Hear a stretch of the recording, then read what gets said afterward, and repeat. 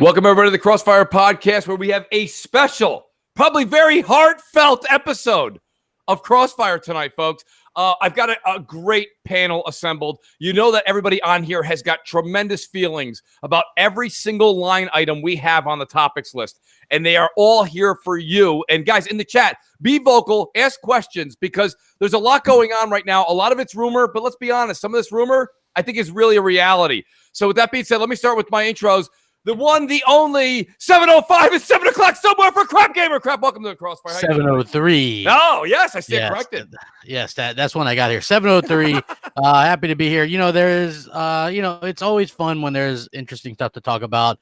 The funny thing is, and I always say that where there's smoke, there's fire. I don't believe in coincidence. Right. So the fact that you're hearing so much stuff and corroborated stuff, of course, look, I was sitting on Neo documents and Scorpio documents months before they were officially announced, but you still can only say it's speculation until it's officially announced. So, stuff is looking real and it's looking grim for us Xbox fans. Let's get on with this. Well, let's get into it, Crap, because, I can definitely see your side of that, but I think we're going to see both sides on the conversation today. Let me go to the next guy who's going to be officer-friendly for full 2 hours. So you're going to bombastic. Boom! Boom! Welcome to the show tonight, buddy. How you doing? Oh, not bad. Actually, Officer Friendly was Officer Nasty for 5 seconds on this morning's Breakfast at Boom. Wow. Where I actually dropped the F-bomb and told him, yes, I had to do it because there was, Anthem is a hot topic. Yes, it is. And for good reason. It's probably one of the most anticipated games.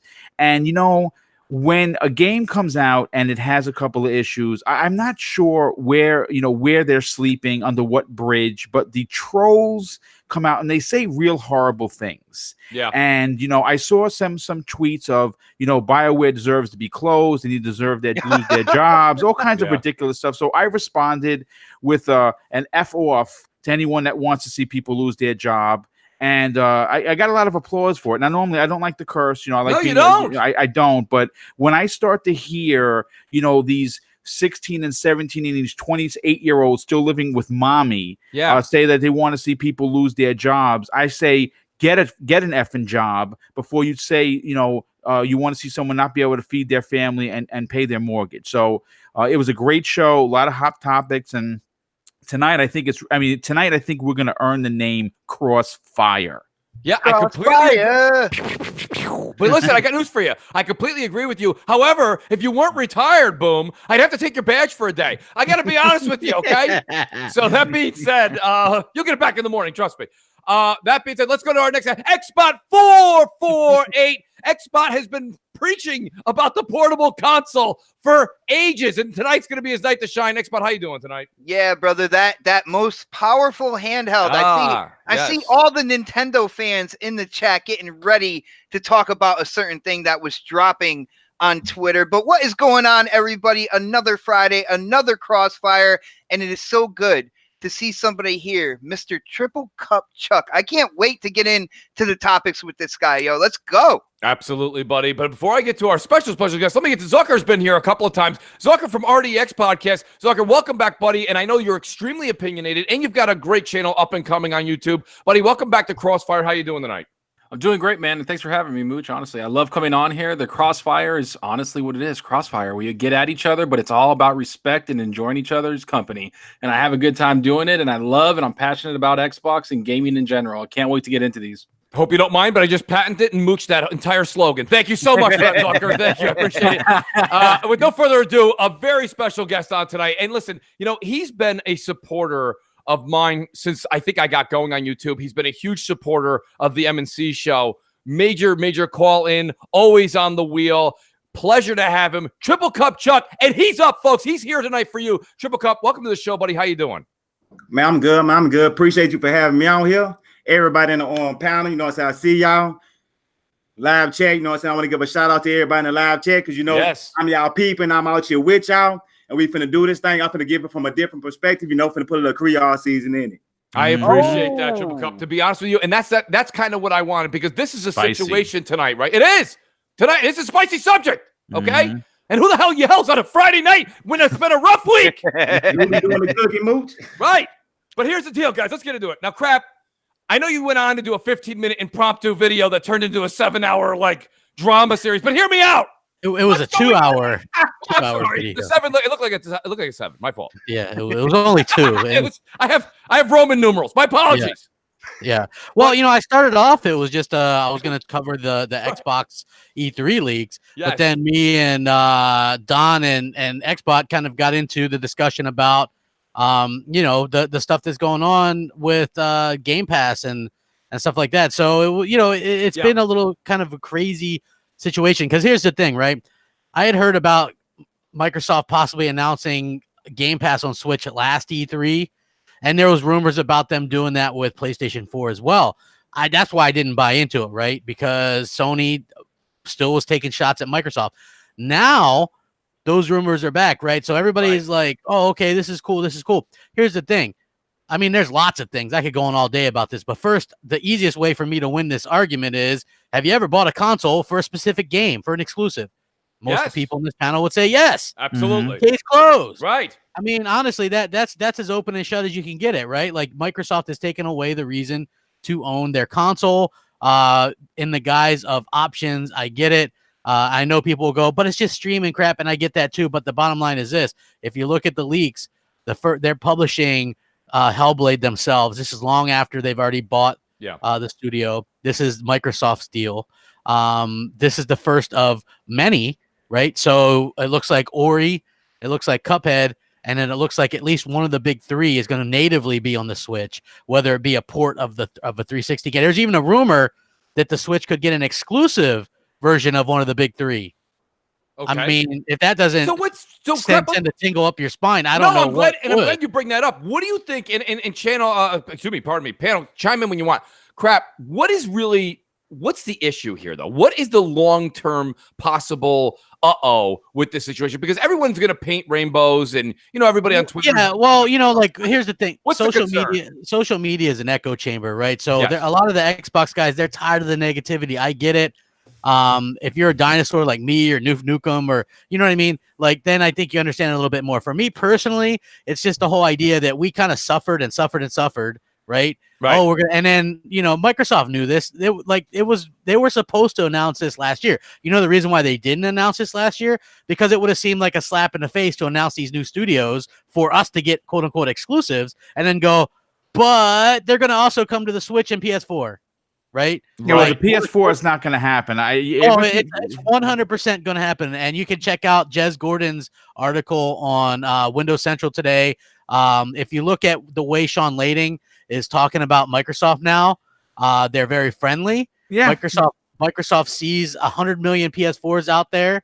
Why wouldn't Sony want it? First of all, if Sony allows Xbox Game Pass on there and gets all the exclusives that way, that means that many less people are going to buy an Xbox and buy a PlayStation instead, because guess what? You're going to be able to do Xbox and PlayStation, right? You're going to be able to do both from a PlayStation console, not vice versa. So, we're seeing less and less Xboxes sold. Let's be honest. By the end of this year, the Switch is going to be well ahead of the Xbox in sales as well. Even though that's a hybrid, it's still more tradition in terms of their only offer. Here's the thing. If you were to go to a Sony guys and go, would you be cool if Sony put their exclusives on Xbox and Nintendo? What do you think their response is going to be? If you go to hardcore Nintendo dudes and go, what would you think if Nintendo put their exclusives on PlayStation and Xbox? Like, what the answer is going to be? Xbox dudes are the only dudes, and maybe, I don't know why, that are just like clappity clap, clap, clap, clappity clap, clap, clap. I don't get it. It's my opinion on the subject. It's not like people think that we're going to get Nintendo games. That's not the case. It's a one-way street. Microsoft is actually giving away games. They're publishing games on the Switch in order for Nintendo to allow them to put Game Pass on it, right? And I would assume that there's going to be some kind of deal in place like that as well. I had long discussions today with multiple people who I trust, I'm not going to name names, but the Sony talks are legit too. They're 100% legit, and I think that people are really going to not realize the ramifications until that happens. Now, on the flip side, there's going to be Xbox hardware. There's still going to be Xbox hardware. It is. You know why, though, right? Because we're the suckers that pay $2.7 billion yearly for Xbox Live every year. Oh crap! I think they're going to change that, bro. Yeah. That's something that I think that unfortunately you're going to have to walk back, dude. And I'm going to tell you why. They're not going to change. Yes, they are. Yes, you think they're going to give up $2.7 billion yearly? Yes, I'm going to tell you how they're going to do it. Are you saying that you might think that Xbox Live might become a free service? Let me tell you how they're going to do it, and this is simple. And I'm expecting Xbox to come in and back me up on this. Here's the deal, okay? Currently, there are 45 million people for the Xbox One. I don't know how many people are still playing the 360, right? So whatever the number is, with them allowing other consoles to have games, Xbox Live and Xbox Game Pass on there, that is going to eliminate. Listen, I'm calling it right now. E3 2019. Phil Spencer is not even going to talk about the next generation. He's going to say that moving forward, your $60 a year goal that you pay for that paywall is going to be torn down. And where's that money going to come from? You're saying, all this money that they're going to lose. They're not going to lose anything because subscriptions for Game Pass. There you go, my friend. You guys are assuming that these people are going to want to stream this stuff. But yes, they are going to want to stream. But hold on, if you look at, let's just pretend real quick that Xbox Game Pass does anybody have a calculator? Has 4 million people subscribing to it for the full 120 years. Somebody do the math on that real quick. 4 million times the $120. What is that? Somebody, anybody? 480 million. Okay, that's only 480 million. Right? That's not making up for almost $3 billion. The only reason why they're keeping hardware around, or they will, or we should hope that they keep hardware around, because they're almost making $3 billion annually off of us for Xbox Live. I do. If they're so friendly and they're going to just give this up, why haven't they caved in and given up the free to play Xbox Live? Yeah, but you're not going into the 30% they get from developers for every game sold on Xbox and the Xbox ecosystem, and you're also not going into anything talking about what the hardware is going to give us. I understand that you're a little afraid that the Xbox is going to leave, but Phil Spencer at E3, I don't think the Xbox is going to leave. Like I said, that $3 billion yearly is keeping the hardware there. I think the Xbox Live tag, like the money that we pay, I think that's, to be honest with you, on us, on the console gamer, because the PC gamer was like, F you, not happening, not doing anything, and they literally couldn't even freaking put it on there. The console gamer was like, okay, I'll pay for it, and that's on us. I'm sorry to break it to people. That was when they started back in the day. I know that's when they started, but PlayStation 3 had it for free, and again, it was on us. And then when PlayStation announced it, you got to pay for PS Plus now, people were fucking cheering. PlayStation 3 had it for free, and then look what happened, man. Here's my question to both sides of this coin. Even if it was to go free on the Xbox platform, which I'm leaning towards no on that, but hear me out real quick. I don't think it is either. Well, hold on, hear me out. If Xbox ends up going, Game Pass goes to PS4, PS5, and into the Switch allegedly, Switch and PS5 are now asking their customers to pay for an online service, and they'd have to pay online to be a part of Xbox Live and to join on Game Pass. So my point being is, why would Xbox do it when the other two are going to be charging to get to Xbox's games? It's double dipping. I don't see that happening. It doesn't seem to make sense. It would have to be free across the board, or to play Xbox Live on Nintendo, you wouldn't have to pay the $20 a year for Nintendo Online. See, and Mooch, check this out. Well, check this out. When it comes to PlayStation and Nintendo Switch, and them, getting Game Pass or whatnot, this is through xCloud, so it is going to be streamed. You got to remember these two pieces of hardware. Microsoft talking about their Streambox actually having hardware to help with latency and stuff like that, so this way it wouldn't be bad playing through the Scarlet Streambox. These other pieces of hardware won't have that. So at the end of the day, the hardcore console gamer, the one that really wants to get in on Xbox games, they're going to look at the native hardware first. It's going to be a secondary experience anywhere else, but with the Xbox piece of hardware. Well, Xbox, actually, I agree with you to some extent. I think what people are going to be looking at first is the ecosystem. I think that people are looking at, let's say, like we're talking about the movie industry. What the movie industry is making, it's always made a lot of money, and gaming just passed it, right? Hollywood, it passed it in money. But what you see in the movie industry is you have iTunes. You could go buy movies there. You could go buy shows there and watch it on there. But then there's Vudu, because Vudu wanted to combat iTunes. So all the movie industry is doing that. You don't see Spider-Man's movies on only Sony Blu-rays and only can be played on Sony Blu-ray players. They can be played anywhere. You can buy them anywhere. That's where the industry is going. That's why you hear Sean Layden talking the way he is, because on RDX, I kind of talked about this. Gaming next generation is going to be a lot different than anyone thinks is happening. I've talked to people. I've coded. I've done a lot of things. This is like what I do for a living. People don't understand that gaming's moving with money. Yes. Everybody's investing in it. Google, Apple, Microsoft, Sony, everybody is investing into gaming, and it's expanding. And crap, when you were talking about like, oh, did you buy a game because of a system, or did you buy a system because of just one game? Yeah, I bought Xbox because of Gears of War. That game, exactly. I remember watching it. I watched it in high school. I remember I was in class, in web development class, and I watched the E3 demo for it, and it blew my mind the whole day. I was like, I need to get it 360, and I did. But the difference is, back then, I didn't have any other options. Now we do. Technology has gone so far where there's more options for us to consume this media. The only options that we're going to have in terms of playing PlayStation and Nintendo games are buying PlayStation or Nintendo consoles. Well, that's not going to happen, because PlayStation's already hired people, and this is official. They're reworking it. Not to mention they hired people to work PlayStation on multiple devices. Yeah, they've already hired people doing this. But they were already doing that at the beginning of this generation. They had but so has Microsoft. They've been doing it since 2010. Yeah, but the difference is you're not going to see PlayStation games on an Xbox console being able to stream PlayStation Now on Xbox or Nintendo. I can 100% guarantee that's not going to happen. But what's the difference between coming to PC or phone then? What's the difference? They're not going to release it natively on the PC. They're not going to release it natively on the PC. Why? Yes, you're not going to be able to go, oh, let me get Uncharted 5 or the Uncharted reboot or God of War 2 or the next God of War strictly off the Steam store. They're not. I know that because Microsoft has the infrastructure to actually do this with the store that they have in Windows. To me, it's like a sports team. Microsoft has all these tools. Why not use them? It's like going to the New York Giants. They're half-assing them, though. Nobody even uses the Windows store. They hate it. I understand that it does suck, and that's why they're fixing it. But it's a lot better. Yeah, but they've been fixing. Well, I mean, we use it on Xbox Live, and it's a pain in the ass to even buy a game on that. It's tough. Yeah. It's the same store. It locks up, and it's like, let me see the price. Oh, you want to back out? Oh, hold on, let me lock up on you a little bit. You know what I mean? Like they can't even get that right, and people expect them to have these interfaces and crossplay work and all this other stuff. Yeah. I don't think it's going to work. Yeah, I have another concern, Walker. My concern is that if Xbox ends up becoming this company that we think it may be, where it's on PlayStation and it's on Switch, okay, now all of a sudden Halo and Gears. I got to be honest with you. I think Halo and Gears, it takes a small step back. It becomes like an Assassin's Creed, right? It becomes like another game that's just multi-plat. So, because it's everywhere. And don't get me wrong, I'm not saying that the production value goes down. Absolutely not. It's probably going to be amazing.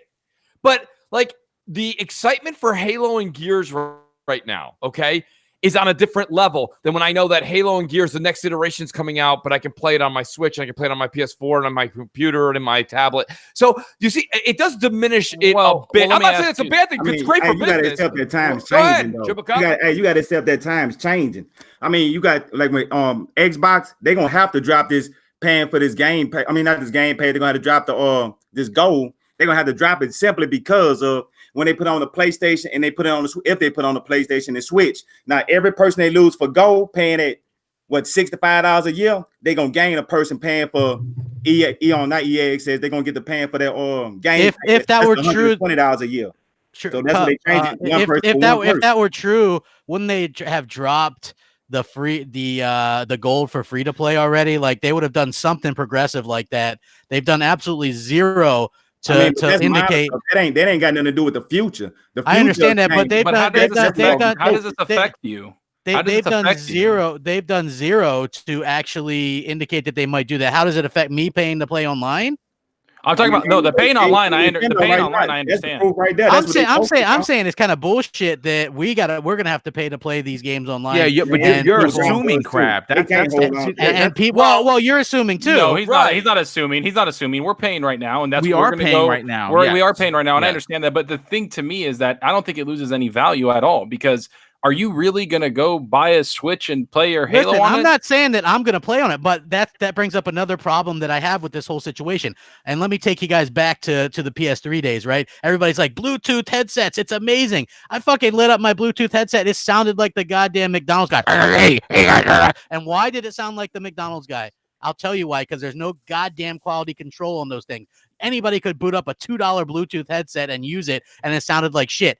Anybody's going to be able to boot up an Xbox exclusive and play you online. And eventually, you're probably not going to have the option to separate between you and somebody on a tablet or a Switch or a PS4. And so, I understand that, but the thing is, Cup, listen to what I'm saying. The thing is, there's going to be so many different people. It's going to take away from people buying natively on the Xbox, and you're going to be forced. And you're going to. I'm telling you, how many subsects are they going to have? People just streaming are only going to play against other people streaming. Purchase the game, that's the only thing that matters. If I could be able to purchase the game anywhere I want to purchase the game and play the game how I want to play it. I understand that you could do that, but think of it from a competitive point of view. I'm a very competitive person. When I beat somebody, I want to know that I fucking beat them. I don't want to beat them. I don't want to beat them. I do not want to beat them because they lagged up on some streamy thing or because they couldn't touch a screen fast enough on a goddamn thing. That's me, right? Like there's going to be so many inconsistencies. There's going to be so many different variables there. How do you compensate for that and keep it fair? You're going off of right? And if you're playing Madden, you start out playing all these rookie players, but once you get better, they're going to match you against better players. So people that do a lot of lagging in and out, they're going to get weaved out real fast because you're going to play against better people. You might play against them one or two times, then you're going to move on to better people. Now you're in a better experience. I'm just saying, you starting off with. You notice Microsoft is very nonchalant and non-committal when it comes to how are you guys going to separate people in the future. They're the only ones. Like the third-party people are like, of course not. We don't want keyboard and mouse playing against controller. It's unfair. It's unreliable. It's unfair. We're not going to have it. You ask Microsoft about it, and they're like, that is the exception right there. That and people that cheat. I mean, I'll give you the people that cheat. I cannot stand people that cheat. That pisses me out. I be want to break my control, especially that's why I stopped playing. I love Sea of Thieves, but I stopped playing it because of that. How frustrating is it? Microsoft employees are on Twitter today talking. Phil's on Twitter. You ask them any of the hard questions about any of this stuff, and they're like quiet. They don't talk about that. They'll talk about anything else, but they don't talk about this. Like, damn, look, if something's leaked, it's leaked. We know it's coming.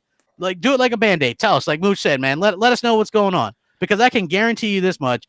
In my opinion, PlayStation is going to be much more, quote unquote, traditional. I know they're still going to do the streaming, what they're doing now, but it's on the back burner, right? It's not like in your face with it, like Microsoft, like TV. Why do you think that is?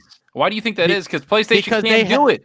They can't do it, and they're behind. They're way behind. They are absolutely going to destroy the Xbox next gen. They are going to. That's ridiculous. Zucker, boom! I will just say this much: while I'm sitting here listening to some great conversation, I do want to say I sounded a lot like Zucker and Boom earlier this generation.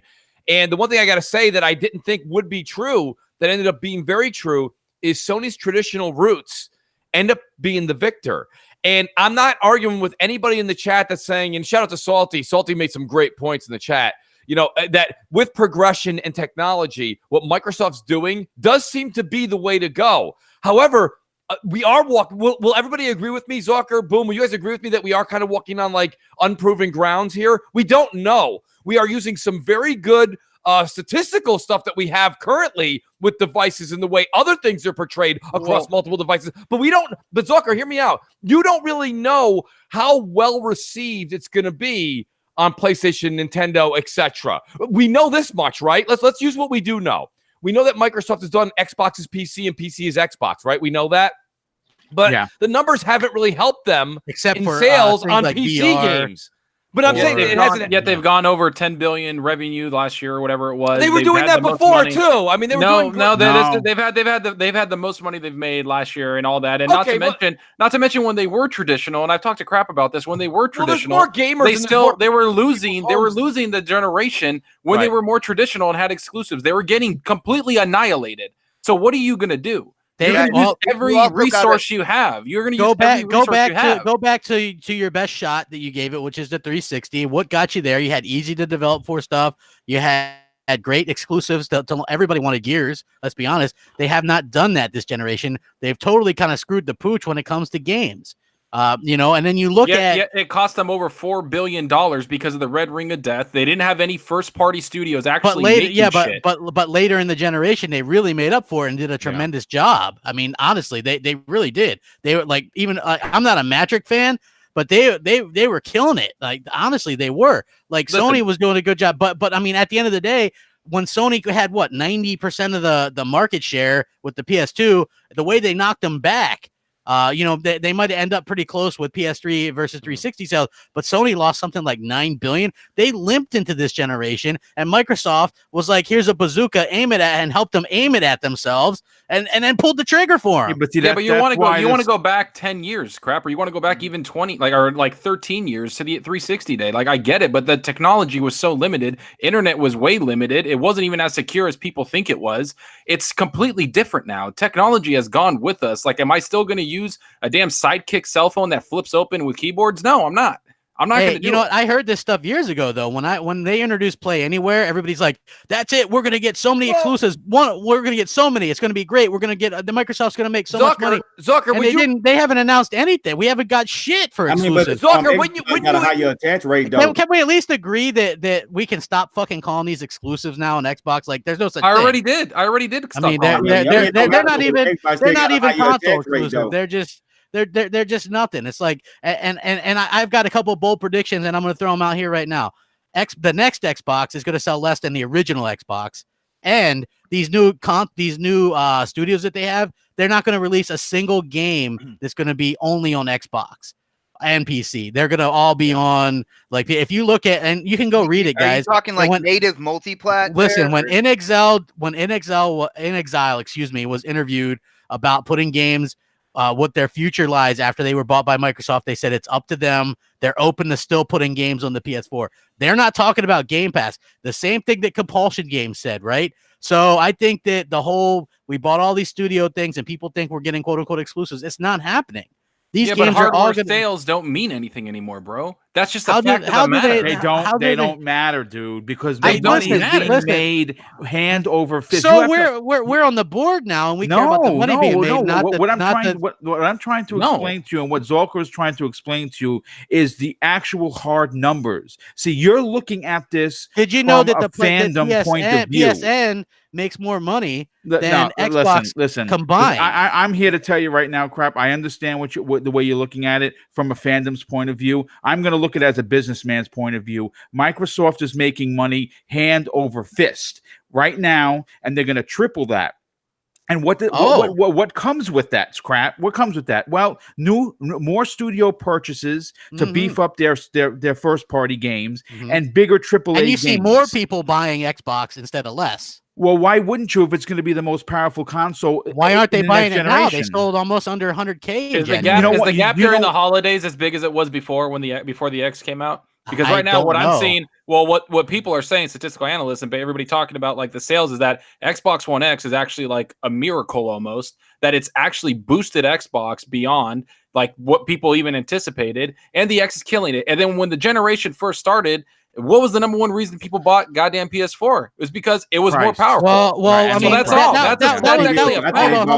Hold on. Bashing the Xbox. That's why people bought the PlayStation. That was always just kind of a bunk argument that people threw out there. What the reality was, Microsoft pissed people off, and that's why they bought it. They both could have been the same price. Xbox had the better games at launch for years, and people still bought PlayStation. Xbox has had the most powerful console for over a year, and it has yet to make a dent in PlayStation. Sony's going to be well past 100 million, and Xbox is sitting at 39 million. And now I agree that you said it yourself. They're closer to 45. Come on, crap. Well, even if they were let's say they're at 45, that's less than half of what Sony's sitting at right now. They lost this generation for two major reasons. One, marketing and message. And are they suddenly going to start marketing better? Well, listen, they're nothing to market, bro. I hate to break it.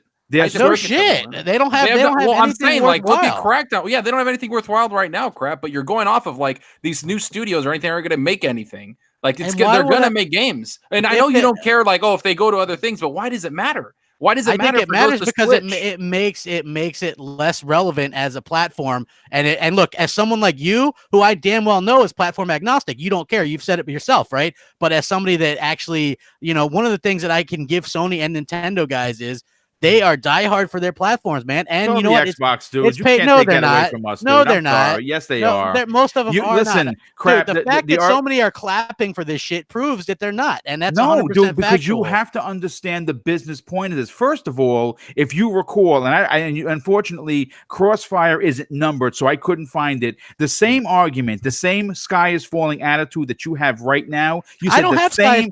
You did, dude. You said the same thing about Game Pass. I've called this over a year ago, and Game Pass is not for me. I don't use it, right? But I you think had that the same attitude, I think it's obviously what Microsoft's means to an end, because they're just trying out there to get money, and people will throw out the Google and Amazon thing. Well, look, if you go look at the Google thing, or they're like, oh, they might announce a new console. That's the hottest rumor. There's like one comment in that thread. Like, nobody gives a shit. Well, let me ask, guys. I'm just playing devil's advocate. I just want to, let me ask Zucker, but I want to ask Zucker a question next, but I'll give you the mic, I swear. But like, here's my thing. So, and listen, Rich from Review Tech, and if a you bunch don't of people think done, putting all your games on everything makes your box less relevant, then I don't know what to say. That's simple crap. That's craponomics, my friends. This is my quick analogy, real quick. They're saying that boom, even though kaboom. All right.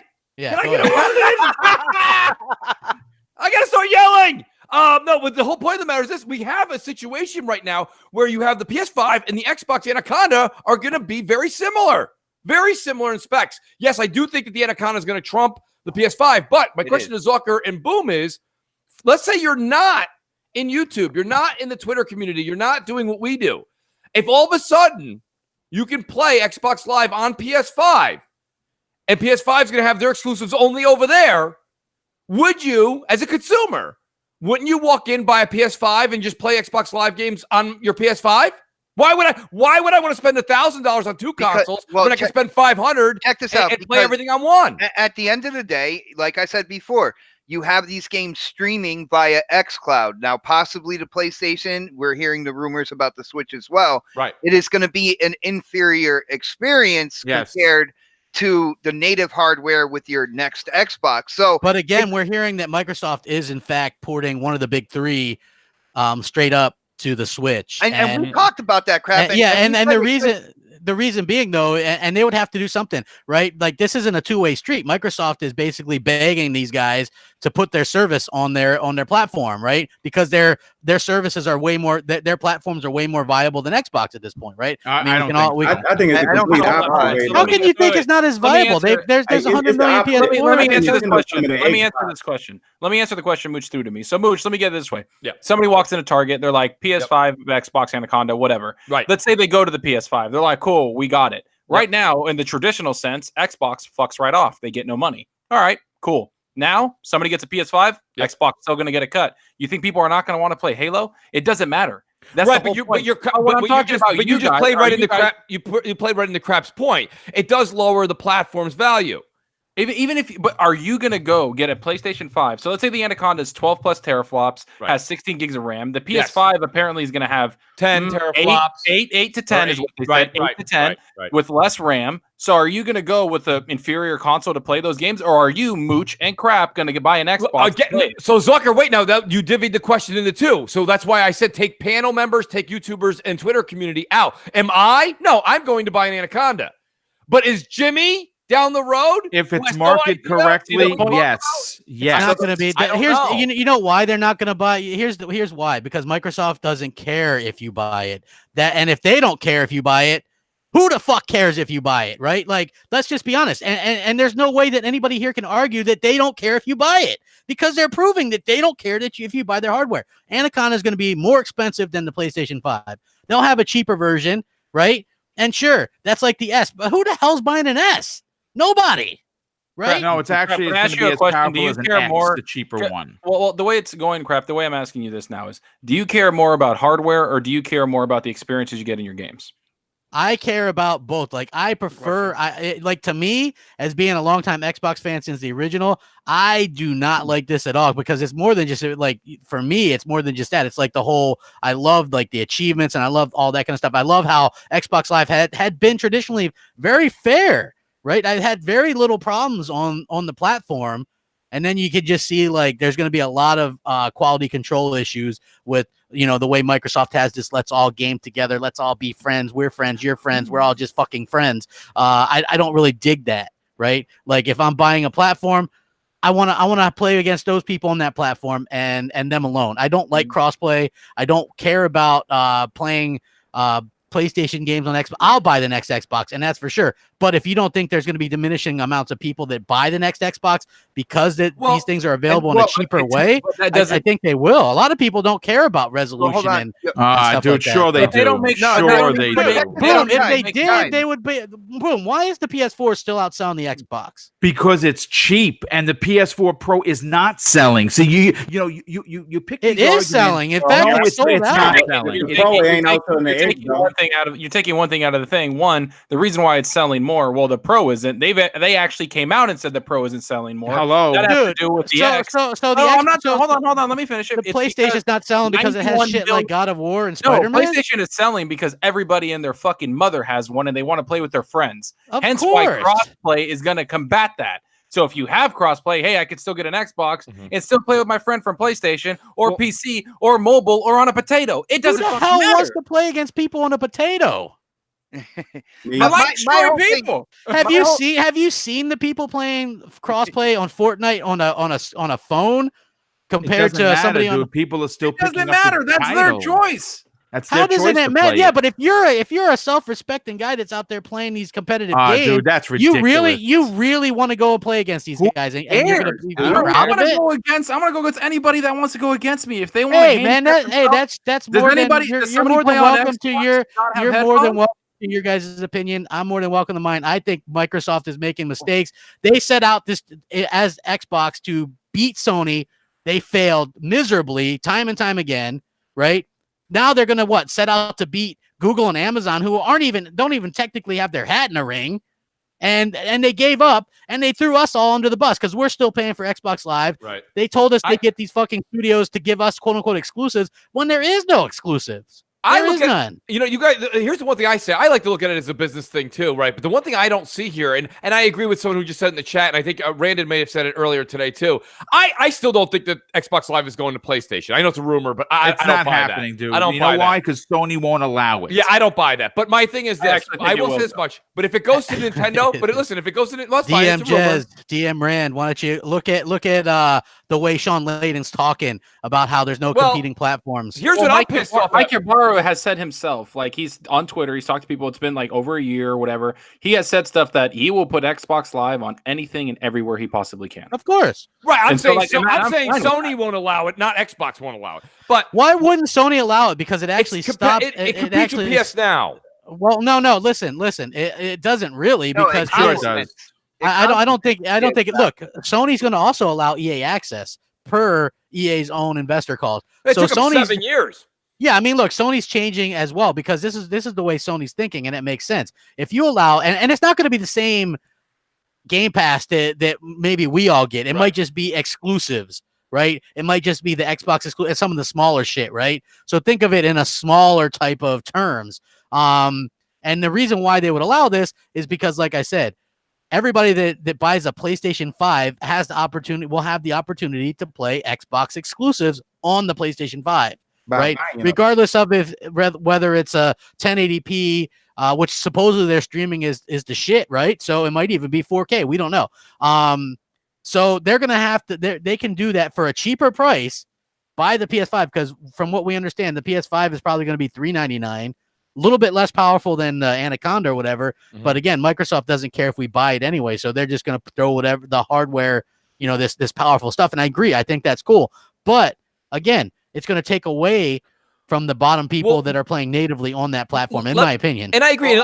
Just to play devil's advocate again, guys, all you guys that are saying this, why is it that we don't see anything coming from why don't we have the Nintendo games that are available, all the old Nintendo games on the Xbox? Because Nintendo would never put their games on. Boom. Did you say we don't know everything? We don't know everything. But here's the thing, though. But boom, now see, wait, now, and don't get me wrong. I agree with that comment. But we're also stepping 17 steps forward on all the stuff we assume Xbox is going to be doing. You guys Zucker 5 seconds ago was like, it's going to be on Sony. We don't know that. So my point is, like, all I'm saying is that I've always said this when it comes to Xbox leadership. I don't mind what they're doing. I really don't. I have no problem. You want to go on Switch or Xbox Live? Go ahead. But my thing is, why don't we, or people that are on the Xbox brand, like Xbot himself, 448, who doesn't really dig Switch, He wouldn't mind playing the Nintendo Classic games on his platform of choice. Right? We are buying a Switch. Snap said we are getting one again. So we're definitely getting one. You're using Moochonomics, my friend. No, he's using Newfonomics. No, but then it's his third Switch. It's called tax time, bro. Like there's money to burn now, I guess. But with that being said, I even told Snaps today, I was like, with the rumors, if they're true, we have been paying for Game Pass for I don't know how long. Yeah. You'll be able to have, Xbox games streamed to the Switch or whatnot. You'll have more games in your library. I'm gonna say, hold on. I got something to say though, for real. Go ahead, buddy. I think, Crap, I feel like you're a little more, it's not even like, I'm not gonna say doomsday, doom and gloom like people are saying you are. I think that you're more worried about Xbox now than you were when they didn't have any funding. The exclusives were dry. We had no idea what they were doing. And to me, it doesn't make sense because Microsoft right now is investing heavily into gaming. And to me, that's all that matters. I just want to play goddamn games. I don't trust their CEO one bit. First of all, he's very quick to pull the trigger on things that aren't successful.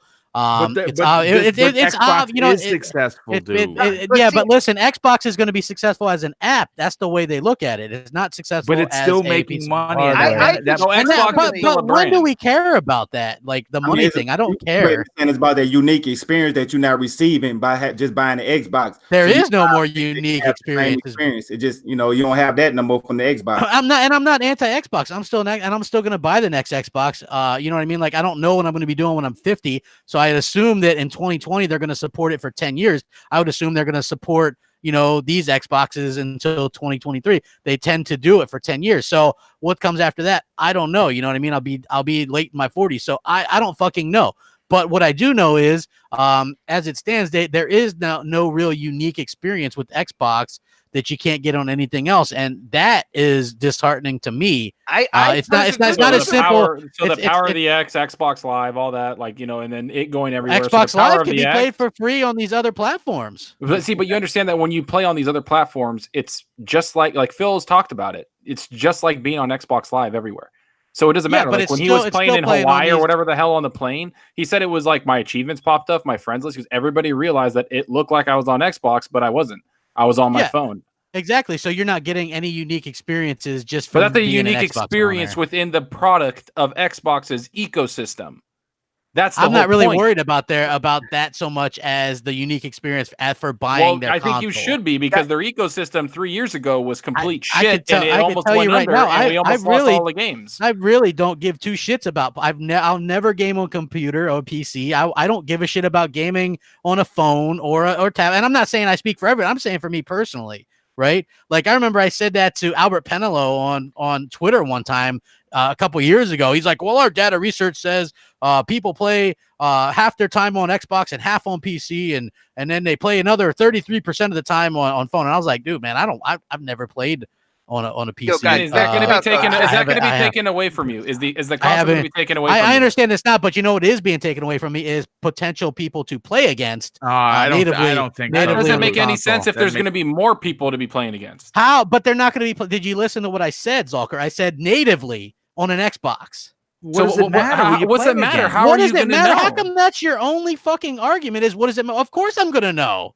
How are you going to know if you're playing against somebody? Because I was one of those. I'm not talking about PlayStation. I don't want to fucking play against PlayStation. If I wanted to play against PlayStation people, I would play it with the PlayStation. Yo, guys, I got a great point here. All right, when it comes down to it, Zalker, Boomstick. That's the bottom line. Yeah, I don't know why you guys are so surprised at Crap Gamer's reaction. And guess what? If this is true down the road, this reaction is gonna be out there with a certain number of gamers. How many gamers you don't necessarily know. People, here's the thing, right? And I appreciate the Xbox, and I respect everybody's opinion. Just respect mine, and we're all good in the hood, right? Yeah, of course. This is the part that's really sort of is annoying. Is everybody's like, crap, Xbox is gonna roll the gaming world. Like this is shit that I have literally heard since the fucking start of Xbox, and it hasn't happened. It's not happening. Well, they did it with the 360, dude, and you know what? The 360, they're way away from that, right? Yes, they are, dude. Changing. They did not dominate the 360 era. They were not dominating gaming during 2007 to 2009 and above. PC gaming had a huge resurgence, had amazing sales. The thing went crazy. Yeah, PC gaming.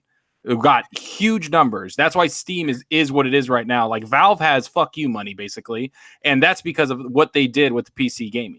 PlayStation 3 had a resurgence. No. I never even heard about PC gaming 2007, dude. I was too busy. I've been playing PC gaming. Everybody was on Xbox. Not in my circle, and a lot of people in my circle. I didn't even know anybody. The only people that I knew that was playing PC were playing RuneScape and little shit like that, man. Like I'm talking about people who were playing Gears and Halo fucking 3 and Call of Duty 4. Like PC gaming, get real, man. Xbox 360 was the shit, bro. World of Warcraft had 12 million. World of Warcraft had 12 million active users on PC. Counter-Strike was one of the biggest games ever. Like, these are all PC games, crap. I know you didn't play them because they were on PC, but really don't act like they didn't have anything. I know you didn't give a shit, but a lot of people did. I'm not saying they didn't. I'm just saying that the Xbox 360 was fucking killing it. All these magazines were talking about Xbox 360. They weren't fucking talking about PC. I'm sorry. They weren't. I still have my Game Informers. So Half-Life 1 and 2? What about them? Some of the most overrated games in the world. Oh, again to you. Overrated, man. Like most of these PC games are overrated. I think what happens here is you got to we all got to separate how we feel about personal preference. I think you got to look at one thing that is interesting though, and I know we use a food reference and it's kind of fun, but let's be honest. Wouldn't we agree that if McDonald's put the Big Mac into Wendy's and into Burger King, it would do even better than it does now? Because there's times I'm sitting at Wendy's and I'm like, man, you guys really can use a Big Mac. You know, I think that what happens here is I agree with Zucker and Boom that the value of this, they may go up, right? They made $10 billion in revenue. Maybe they'll go to 12, 14, 100. That's fine. Business-wise. I do have to say, look at the other thing, right? You can get something called Boot Camp, I think it's called, and you can put Windows on your Mac. But you know what you can't do? You can't put your Mac on your Windows. And the reason being is Apple doesn't want to do that. Well, now we're going down the your personal opinion. It seems very one-sided, right? Like it seems like there is something to having something that on your own platform. There's a like Zucker. I'll give you an example. I bet you if I came to visit you, you go, Mooch, we got to go check out this place. I go, why? Best wings ever. Wings are everywhere. Why do these guys have the best wings ever? They've got a certain sauce that nobody can emulate. That's the one thing I think crap's talking about. Does that mean that other people aren't making a ton of money because they're sharing their wings all over like Microsoft is with their games? No, you're right too. They are making more money. But it does say something. If I could buy a PS5 and play Halo on it, I don't necessarily. I might just end of an era is what it says. I might build a PC and buy a PS5 then. Well, I'm being hypothetical. I know. The way I look at it, and then I'll go back to like I was trying to say that example about the New York Giants. To me, it's like you're asking Microsoft to run a race or play a game without using all its resources. It's like going to the Giants and being like, "Wait, hold on, can you take OBJ and bench him so we can have an even race?" Yeah. It's like, no, you don't do that. Microsoft has way more resources than Sony does, and that's just a fact. Where were these resources this generation, though? Exactly. But you know what? We know where they were because you always bring it up. So you know what happened. So basically, this isn't a secret, Xbox fans suffered through all this shit, and at the end of the fucking shit tunnel, and you know what I mean? It's like everybody gets the dividends. No, what you're going to get is the most. You're getting You're getting. Well, I'm sorry. There's no. You're getting new games. You're getting new games from studios that otherwise might have either gone under. Why don't they just go third party and end it? But there's no reason to go third party when they're going to have the most powerful console. I don't know. They don't care. Where is that lost in translation? They don't care. You yourself have complained. Said the reason why the PS4 beat out the Xbox One X were for two reasons at the beginning of this generation. We talked about marketing. We talked about, the one thing we have to go back to is price. It was $100 difference and power. Power is going to matter now. Power is going to matter 25 years from now. And you're telling me, you're going to sit here as an Xbox fan and tell me that when they have the most powerful console, you're going to tell me that people are going to go and buy the PlayStation that's going to be $100 difference when it's going to be substantially better on the X? I would question substantially because I think both are going to do 4K 60. Like if you're talking about, one might have ray tracing on a game or whatever, it's really debatable. Now, what it's going to come down to is the games, I think. And it looks like Sony is transitioning to have their bangers that were going to come out on the PS4 at the end of the generation to be in launch games and probably cross-launch games with their PS5. So you can count on, Death Stranding, Ghost of Tsushima, The Last of Us 2 certainly is going to be PS5 okay. launch. So we already, big deal. But we'd already talked about what games bring, right? So you said at the beginning of this generation, Xbox had the better exclusive games. It did fuck all for them. So they did fuck all for them because they had everybody. They pissed everybody off. Yeah, I understand they pissed everybody off again because why? Because they try to go a little ahead of their time. And then the Kinect, which is the biggest anomaly I've ever studied in my life in user experience, because it was tested off the charts. People loved it. It sold extremely well. And when they tried tying that in with a lot of their things they were doing at Microsoft, it completely failed for some fucking reason. Nobody knows why. Like, I've studied this shit, and it's crazy. It was very casual oriented. You know what I mean? Like I people use it for their life. They would say turn on market though. Man. Hey, whoever become a household name, that's who ruled. I mean, like when people talk about the PlayStation, I mean, that's like the mamas and the grandmas say, oh, you want a PlayStation? They don't say Xbox no more. So it's whoever can win the race to becoming a household name. That's it. Well, if you look, hardcores come regardless. Yeah, well, if you look at it, like it's doesn't it take away a little bit? They're like, here's Halo Infinite, but you can get it day and date on PlayStation and Switch and PC. Long as they can say Microsoft on them or say Xbox, doesn't it give you less? Xbox or Microsoft is all about keeping in their head. I mean, I'm saying though, it gives people less of a reason to go out and buy an Xbox specifically, just in my opinion. To answer, and when I was looking at the different outlets today, Polygon's like, Xbox as an app, you don't even need the next Xbox, right? It's like this is the stuff that they're already ingraining this. That you don't need the next Xbox. Those headlines are just waiting to come out, crap. Of course they are. Of course they are. I mean, I have to say, like, I understand this crap. Like, I understand you've been doing this a lot longer than me. I'm pretty new to the community. Everybody knows I've been around for about like 5-6 months. And I know that, I've talked to Dealer. I've talked to a lot of people. I've talked to you guys. Like, I know the shit you guys got during the 2013 to probably last year. Like, the death threats, all this stuff, man. I know you guys got a lot of shit, and a lot of it came from fanboys that were pretty extreme. Because even when I wasn't even in the community, I got shit for playing at Xbox at my school where I was studying. And they were like, why do you play on that thing? I'm like, I don't know, because I just like the controller like this. And people gave me shit. So I don't even want to know what it was like for you guys. So I get why you're angry about it. I do. I get it, because to me, it feels like you want to kind of be like, hey, fuck you back to these people. And be like, this is what we're going to get. And I understand that. Well, at the end of the day, they win. I mean, they won. I mean, they didn't win anything. They didn't win shit. They won. They didn't win shit because, to be honest with you, how are they winning if I'm playing God of War, I'm playing Spider-Man, I'm playing these games? They're acting like they're in this exclusive club that everybody's fucking played. 91 people have played. I mean, look, I buy it, but here's the thing. Never have I seen a console get as much hate as Xbox. Even today, right? You still will get shit. I don't know anybody that has an Xbox One X in real life. You know what I mean? Most everybody that I know has a PlayStation, and I get it because they were the first one to get 10 million or whatever. And once you get to that mark, it's like when you get what your friends have or whatever. I still have my doubts as to whether like the big games like Call of Duty are going to do crossplay. I don't really see that happening, especially with like PC or whatever. The other thing is with technology that everyone's talking about, and boom, I know you made a great push about saying the most powerful console.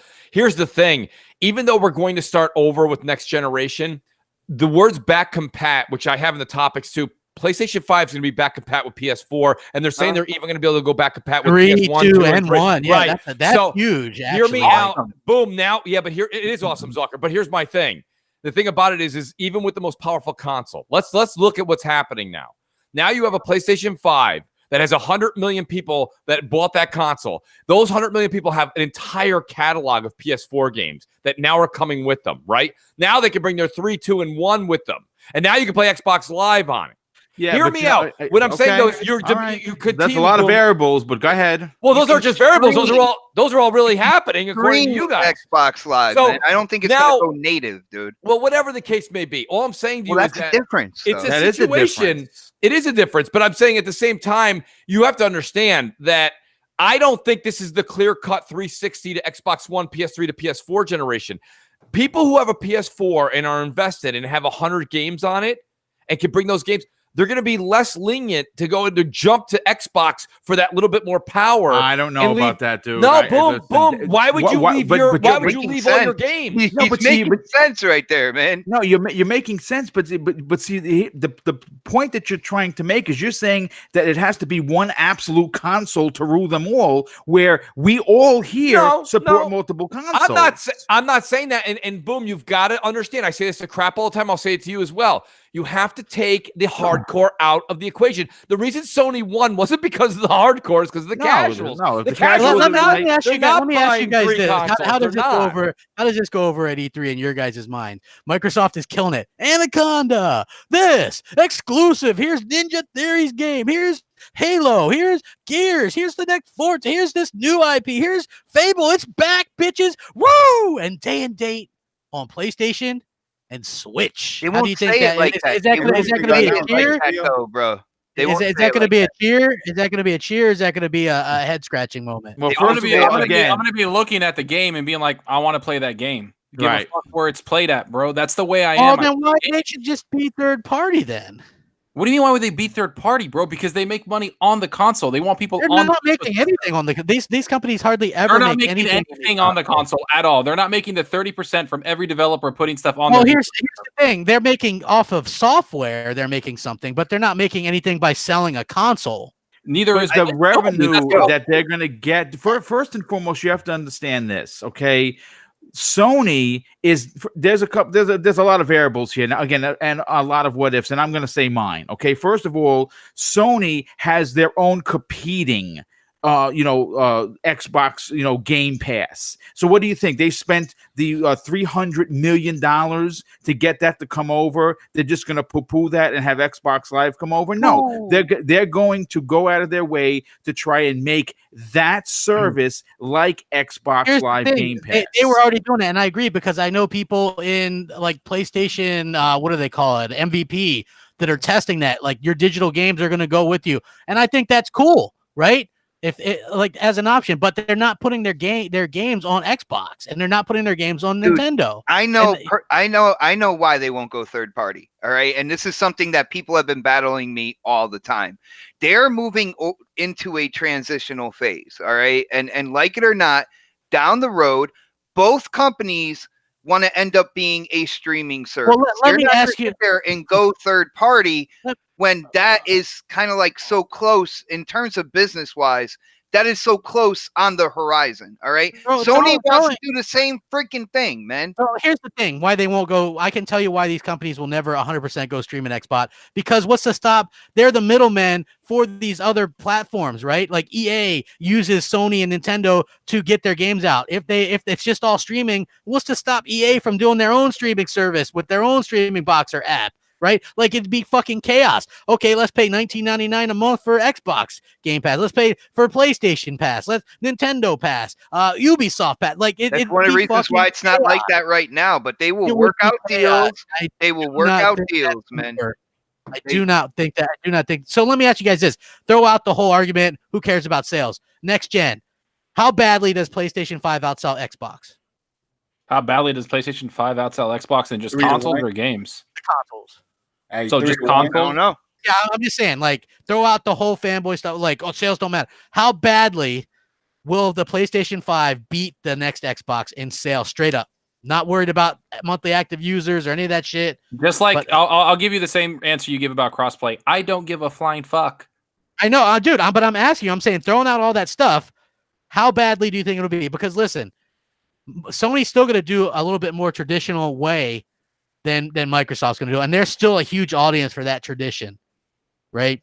And I think we're going to see it, and I think that we think things are bad with $100K a month for Xbox right now. I think that, and Microsoft don't care, and I get it. So, like, the fans aren't going to care because they're going to go, who cares? You're making money. But when you look at and this is fact because you can look this up, PSN made more money than Xbox and Nintendo combined, right? I don't see that changing anytime soon. No. Sony has. But if you don't care about their money, if they're going everywhere, why do you care about this? But look, Sony's taking the money. They're repaying the fans that believe in them by giving them quality content that you can't get anywhere else. Well, how is Microsoft? So they give them quality content. So if Xbox gives you quality content or it's studios, you're not going to care. But like you just care about that anywhere else. If I could get Stranger Things on Hulu, doesn't that make me not have to subscribe to Netflix? But you understand that, like in the Microsoft, like they had that meeting, whatever, with those leaks, that Microsoft actually expects more game developers to bring out subscription services. The point is that they already know that. So that's the whole point of making Game Pass so irresistible like Netflix. The difference between Hulu and Netflix is about 130 million users. Well, yeah, of course. I mean, but that's what I'm saying is that Game Pass, what they've said is Microsoft apparently wants to bring out 4 AAA games, quote unquote, every year. So 1 for every season that we have of the year, right? That's 4 games on Game Pass. That's people wanting to subscribe to it. That's money going to Xbox, which in title gives us more games because they're just going to keep investing in it.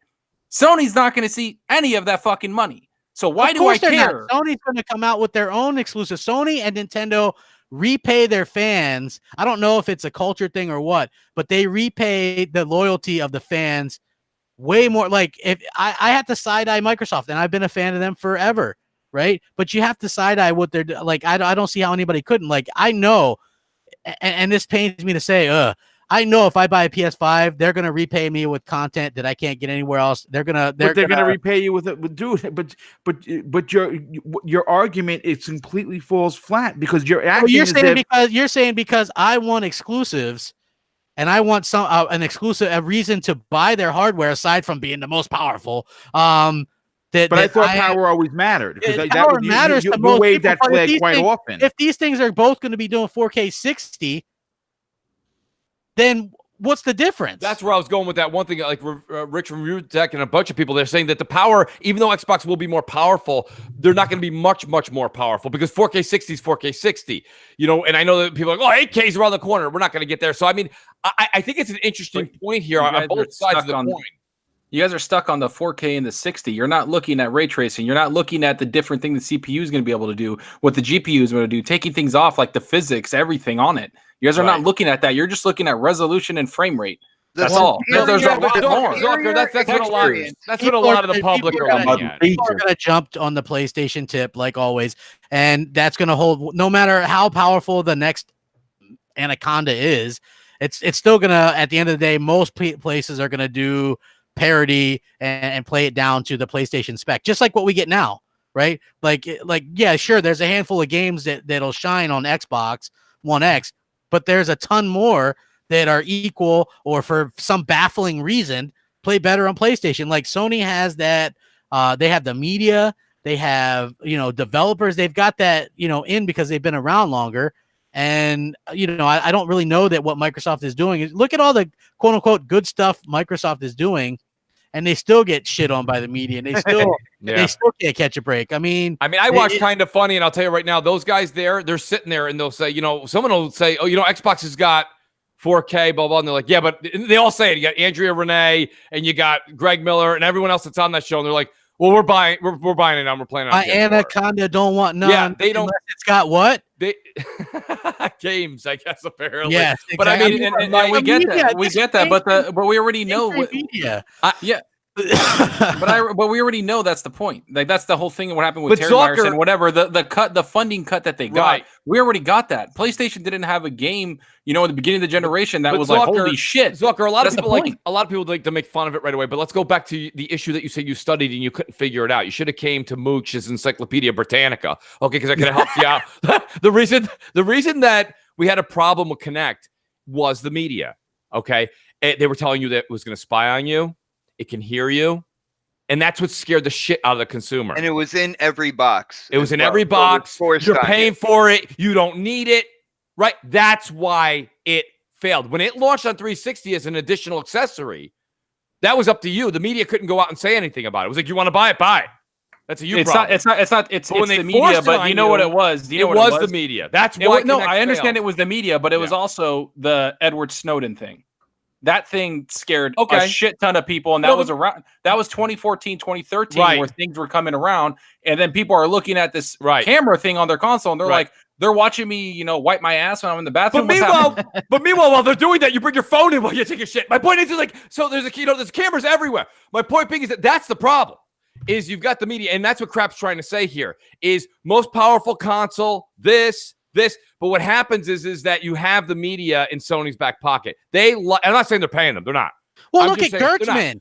He's gone back and forth with Ibarra, right? Because Ibarra's like, well, this guy doesn't even know how to review games. And Gertzman's like, F that fucking guy, right? Let me tell you something. He's a fraud, Gershman, okay? Because he was reviewing freaking Anthem and he didn't even know how to do the moves. Come on, man. What kind of a gamer is that? I agree. But then, like, that guy is a tool. But then he turned it around and played the victim, and people are like, yeah, Ibarra's a dick and Xbox sucks. Oh, the minute you play the victim in the media, you're going to get all the other media to back you up. And what does the media have?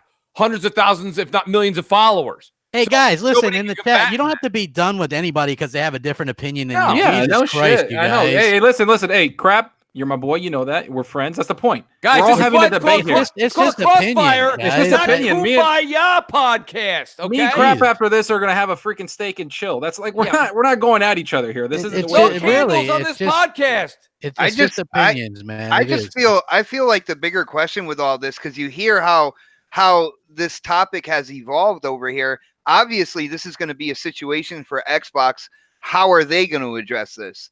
You see what I'm saying? Because there are going to be gamers out there that feel the exact way that Crap's feeling right now. Yes, that's absolutely How are correct. they going to put their mind at ease? Like, the way I look at it is they're going to be, Game Pass is going to be streamed on multiple devices. Yeah, who cares? I am going to have the best experience. I am going to have the best multiplayer experience. Everything, bar none, with my new Xbox when it comes out and I pick it up. But at the end of the day, what are they gonna do? Because we all know they're not great with talking to the gamers out there, the consumer base. How are they gonna set people like Crap Gamer? How are they gonna set them at ease? Or are they gonna be like, you know what? We don't give a shit. We're just moving forward. We're not even gonna listen to what they're saying. I mean, if I was them, I'd go straight after the streamers. I mean, look how Sea of Thieves did. I mean, I pump so much money into the streamers that all my advertisement go there. I mean, that's the wave of the future.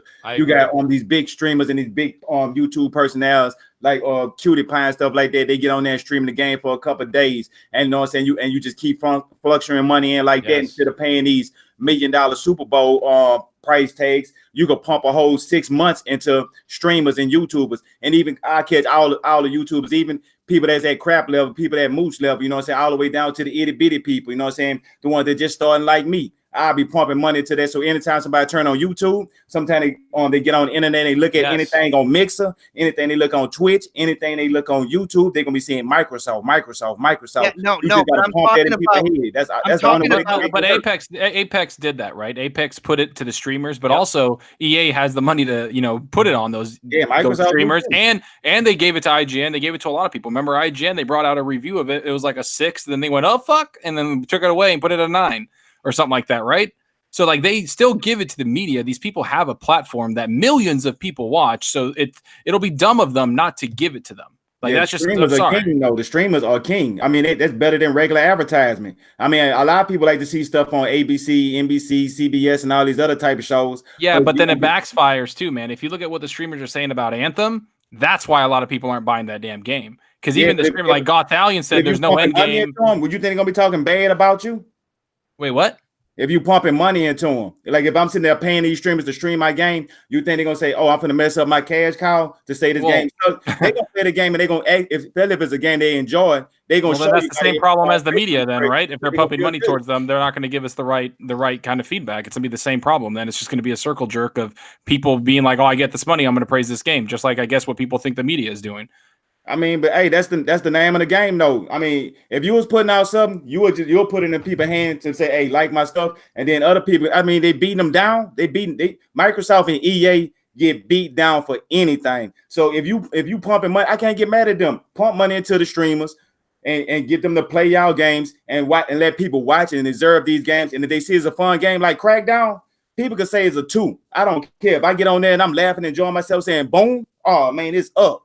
Yeah, but the issue right here with Crap saying that the Xbox console will be losing its identity if games can be streamed to the PlayStation and to the Switch, every device out there. The big question in my mind is, how is Xbox going to explain this to the gamers like Crap Gamer and set them at ease about moving forward with the Xbox? Crap Gamer gonna get everything. That's why they're not trying to. That's why they're not approaching Crap Game, because me, Mooch, Crap, you, Boom, Zyke, y'all play everything. Exactly. Everything. That's what I'm saying. When we talk about us, we got to say, well, I'm going to do this. Everybody here, everybody listening later, we are doing what Triple Cup just said. We aren't the people they're trying to go after. They know we're going to buy it. They know that. We're already a statistic. So that's my whole, and shout out to Noof Nukem, who says, honestly, nobody's wrong on the panel. And he's right. Nobody's wrong, because to be honest with you, you all making very good points. And the future is really unknown, because this might blow up for Microsoft, but it might blow up Microsoft. You never really know what could happen. Yeah, I mean, look, like Play Anywhere, they made that out to be a big deal, and it really wasn't. You know what I mean? It didn't really turn out to be great, and nobody supports it outside of indies. Shoot, you know what, Crap, that's a good point. And I got to be honest with you guys. This is something I've been very vocal about on MNC as well. I built this PC rig, and I'm so excited to see some of these third-party games that everything's supposed to be Play Anywhere. Nothing's Play Anywhere. Just first party. Well, just first party, and you get to Play Anywhere is just basically irrelevant because of the cloud. And before we move forward, I know everybody in the chat's entertained with this. Hit that damn like button. Thank you. 600 people. Come on. Can we hit the like button, folks? Are you not entertained? Let me move on to the next topic, guys. And I'm going to start with Triple Cup, Chuck. Triple Cup. He's up. He's definitely all the time. Lord help us. Now, here's my thing. Mike Ibarra totally said something that I think a lot of people were thinking. Mooch and a lot of other people were thinking about this. The media says what they want. Nowadays, the media is not journalism. The media is just a very, very popular opinion. Okay? So they come out, they say what they say. Mike came out and said, listen, if you don't know how to play the game, you should have somebody who knows how to play the game and review the game. Do you, Triple Cup, think that Mike was onto something, or do you think he kind of overstepped his bounds as an executive? Man, if I could have gave him a standing ovation, that's what he would have had to get, because I've been waiting for this. Like, stuff like that, they need to come out and say, look, man, don't play with me, because if you don't stand up for yourself and show Microsoft you are alpha male, or, just an alpha, because, got male and female, but if you ain't an alpha, that you got to stand up, because they're not going to play with Nintendo like that. And Nintendo could come out there and say, here goes some cardboard, play with this here. They were like, oh, Microsoft do anything, play with anything. Yes, they gonna come and try that was awesome. About that. And like me, I'm an EA player. I always been. I know a lot of people. We be watching the stuff, and I be like, I want to see Madden. I want to see this. I don't want to just see Star. I like Star Wars, but I want to see everything from them. Ubisoft, I want to see everything from them. I mean, they got these companies, and then when I see somebody bash and something I like, and I look at them like, you don't play this. Don't talk about this here. And let's say if I don't like RPGs, I'm not gonna say, oh, that's RPG suck because I don't like RPGs. No, I'm gonna say I don't play RPGs, but if you do, that might be a game for you. I'm not gonna bash that because I don't play it. And I got to agree with you. I liked what he did, but I got to also agree with Luca. My New York is in the chat right now. Luca said it best. We've said this together on the same show. A lot of times I feel like Xbox executives need to stay off Twitter. And I don't mean just because of this event this week. I mean just stay off Twitter, period. You know what I mean? Oh, yeah. Because Hardcore. the stuff that they say is so sometimes, no matter what they do tend to offend people. Doesn't matter which side. And it's like, I don't think, you don't see Sony execs tweeting, Reggie didn't tweet. Okay. And, Reggie's retiring. Awesome dude. Great guy for the industry. Going to definitely miss him in the Nintendo world. But I mean, Reggie didn't tweet. Yoshida doesn't tweet. You know what I mean? Like, they don't tweet. And you've got the guys on Xbox, tweeting like crazy. Like Aaron Greenberg, we know what socks he wears on Tuesday. That's messed up. That's messed up. It is. There's something wrong with that. I mean, but the only word you know is no in English. Say again, Triple Cup. No, I said the only word Yoshida know in English is no. Yes, no. And it gets him out of trouble. When it comes down to Mike, like, first off, he whether he likes it or not, that Xbox brand is going to be over his head. I feel like what happens is he goes out there as a person, as a gamer, and he speaks his mind. All right. Now, you know, the whole stigma of this generation about Xbox, you know, people are really quick to get on it and be like, dude, you're not being sensitive to this, or why would you say something about like that? Or I'm offended and I'm triggered and stuff like that. It's just going to happen. But I think, you know what, if you want to go out there and speak your mind, that's what the platform, that's what that social media is there for. Go ahead and do it. I don't have a problem with it. I don't have a problem. You're right, but he is an executive, so you have to be careful. You do have to be careful. You know, when you have a position, people like to forget that. It's called responsibility, folks. Yeah, you know what? You know what I love when president. You say what you want to say these days. Yeah, I think Twitter should be used a lot less often for a lot of things. Triple Cup. Hey, man, you got people faking hate crimes, dude. What can you expect? You know what I mean? People can get away with anything. But you know, like for me personally, I love, like, I agree with you, Mooch. But then you look at what the competition has done. I seem to remember some schmarmy ass things between Yoshida and Boys. This is how you share a game, and right. Yoshida tweeting out the differences in resolutions, tweeting out 1080p makes you a better gamer. You know what I mean? Kind of going back and forth with Xbox fans and things like that. You know, so I think if it's good for the goose, it's good for the gander. I personally seen some Xbox executives go, man, we're really going to go for the throat. We've got our foot on their back. You know, and they never say that shit like publicly, but you've heard them say it during certain particular times, and I know you know what I'm talking about, Mooch. And then they come out with this kumbaya bullshit, and you just know it's like they're so full of shit. You know what I mean? You don't think Greenberg wants to shove that shit down Sony's throat? You don't think Ibarra wants to really shove that shit down? Of course he does. Ibarra wasn't playing no God of War when he congratulated them for that. Ibarra plays shit like Anthem. You know, he doesn't care about God of War. Phil Spencer didn't play God of War. You know? But here's the thing. You have Ibarra and you have Spencer and you've got Aaron Greenberg that always congratulate and tweet out, and Major Nelson. Yeah, but that's because they're stand-up guys, dude. I don't think that diminishes. Wait a minute. Boom. You've got Sean Layden coming out and saying we're a united front now. Why didn't Sean Layden do a tweet that said, hey, guys, congratulations on the hard work and dedication to getting Crackdown 3 out? Right? Listen, we're united. You're right. Can't say we're united on Monday and nothing on Friday. You are right, but you know what? We're kind of moving into the other lane. What I want to kind of move back into what we started with is Mike Ybarra and the comments. First of all, we have to understand something, okay? I'm an old school cat. I've been gaming since the 70s. Okay. Now I've had the real honor and the privilege, and that's what I really want to stress, the privilege of seeing this industry go from dots and sticks to where we are now. Right. So I'm very happy with that.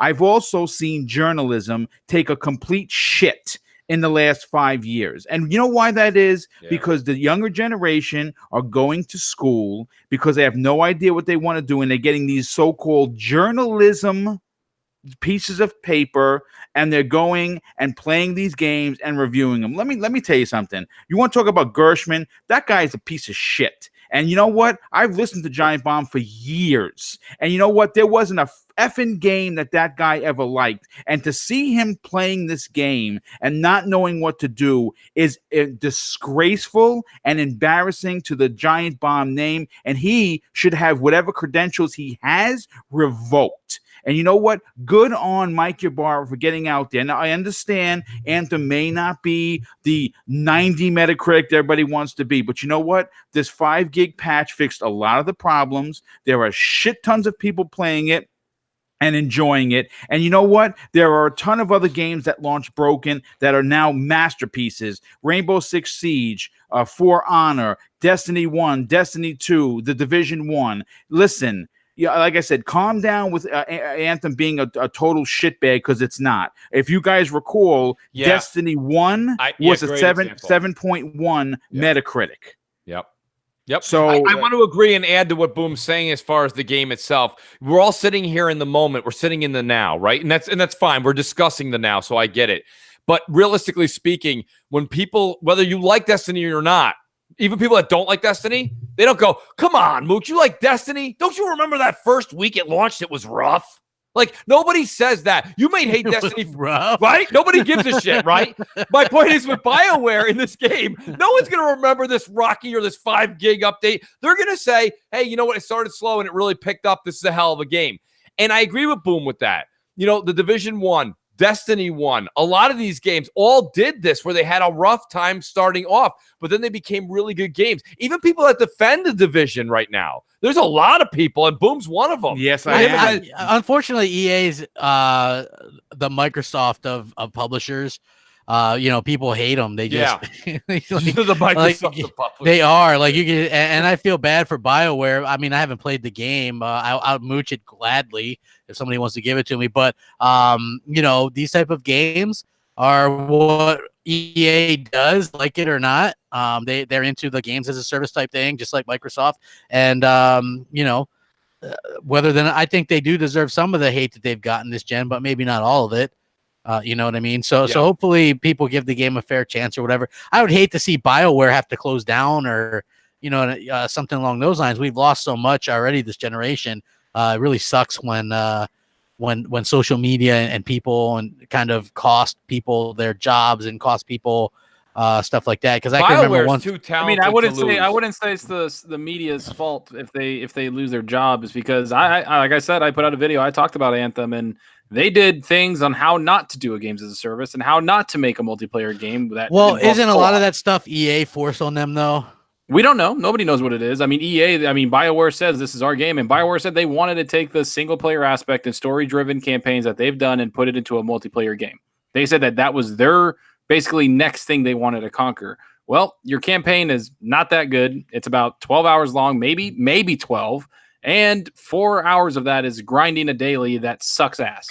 But no, what it is though, people don't realize. See, these type of games, like I was a big player of Ark Survival Evolved. That game like pretty much took my life at one point in time. You have to play that game. Like when you're not playing it, you got to be worried about. You got to be back on this game, But these type of games where you play them and then you watch them evolve. So the first thing they do is people don't realize when they put the game out, what you're getting is the foundation. They built the foundation for you. So you're supposed to go around there and get a feel of the foundation, get a feel of the mechanics, and then they're going to add stuff. Same thing with Sea of Thieves. The first thing they put out was the foundation. That's the world. And once you put out the world, and then you start adding little mechanics into the game, you put a lot of what they call hooks, and then you could just keep adding stuff that hook on to other things. The problem keep evolving. Same thing with Destiny. So people talk about a low score right now. That's cool because this is not a sprint. A game like this here is a marathon. That means it's going to run for a long time. I mean, the perfect example of that is Rainbow Six Siege. I mean, that game that came from shit to the shit.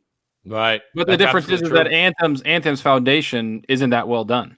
The foundation of load screens, not being able to change your weapons on the fly. You have to go through another load screen, go into the forge, another load screen to change even a weapon or any skills is completely like horrible quality. So Zocker, let's talk about the real talking points here instead of just like the top level clickbait stuff. Let's say this. I'm hearing things from the grapevine now when you dig deeper and deeper that this game was just not ready to come out right now, and they're going to be working through it. So you're basically buying this game at $60, but you're really playing a beta. It'll get better, but I mean, realistically speaking, what you just said is Fortnite. Yeah, well, it's troubling, right? Fortnite was free. So, remember it was it was $60 before they it was 40, but yeah. And I get it. I get that they need to change it. I get that they need to change certain things and everything, but to me, it's just so broken in certain aspects that I'm not even talking about the servers, the lag. I'm talking about just fundamental game. The game as when you have controls and you're using every is it a fun game though, Zocker? It is. No, I have a lot of fun with it. And this, I'm not even a hater. I have the game fully played. I mean, fully paid. I'm gonna be playing this shit out of it tonight. Me too. And probably tomorrow because I actually enjoyed the game. But I'm not gonna sit here and be like everything's perfect. No, it's not. Hey, but don't the shooting feel like recall? Like you know how you be shooting and you throw a grenade and how you be jumping. It give that same feel like how recall give you. So I think it got a lot of potential. The shooting mechanics to me is butter. So I don't know. I think that's the thing. Triple Cup, I agree with you. The game's mechanics are amazing. It feels good. It's crisp. But where I do agree with Zocker is the load screens. I know that gets so old to talk about, but it is troublesome. Hey, Foxy says, I'm having a great time on Anthem. Fuck the critics and fake reviewers. Just play the game for yourself. Oh, agreed, Foxy. Thank you, Foxy. I'm going to enjoy the hell of it tonight. Hey, I'm curious. Anyone else who's starting the game tonight? Stalker, are you playing on PC or Xbox? Xbox. Okay, because I was just curious because I know you play PC as well. I heard Mike Ibarra was playing on PC. Yeah, I mean, like, because maybe you guys were playing a different version because I heard there was an update too. Because I was interested in trying out something, because I hear it's not as intensive. Well, it's not yet. Well, the load screens, because obviously they're quicker on PC. No, what Crap's talking about is it's not as time consuming as like a Destiny. I think it can be and it will be. I just think the beginning part. That's why people are complaining about the game. Zucker, you tell me you've played. I'll be playing tonight. I can talk more about it at MNC this Sunday. But I'm hearing that the end game in this is not that long. The end game is streamers have talked about this. That the end game is basically anemic and non-existent.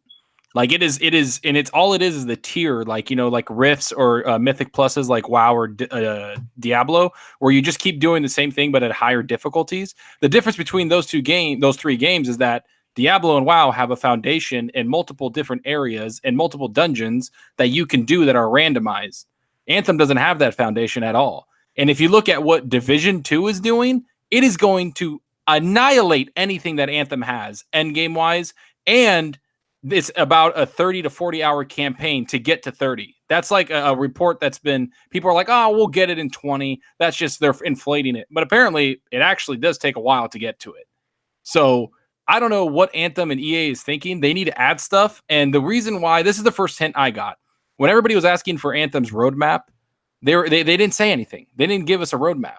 And then Division showed their end game, their demo, and a bunch of other stuff that was like mind blowing. And then Anthem dropped this crappy graphic of like, this is our roadmap. And it's like one more stronghold in March and a cataclysm. And that's pretty much it. And it's like, wow, that's going to be bad. Mooch, this is taking me back like a couple weeks ago. Do you guys remember all the excitement, all the hype? February 15th, February 22nd. And now all the games are out there, and all I'm hearing is like criticism with Crackdown, criticism with Anthem. Like, where did all these games got shit on this part of the year? Even Metro got like a little bit of hate, and I'm like playing that game right now. I'm like, this game is stunning. Metro deserves no hate, by the way, none whatsoever. Metro is going to be in some people's circles for Game of the Year. I think the open world can use a little bit more, like for sure. Navigation can use a little work. That's the only thing I have on it. But everything else, this like February has just been getting shit on, like Crap said. My biggest complaint with Metro is the footstep sound. So that's it. Crackdown 3. Say, Metro Exodus at 82 on Xbox. Jump Force 57. Holy shit! Holy shit! Were people really hyping that game up? Anthem 61. Metro, let's see. Yeah, Crackdown on PC is even worse. It's got a 57. Holy crap. Well, shout out to Dave Sweeps who's in the chat, who's about to drop a code, folks. Take a good look at the chat. He's dropping an Anthem code.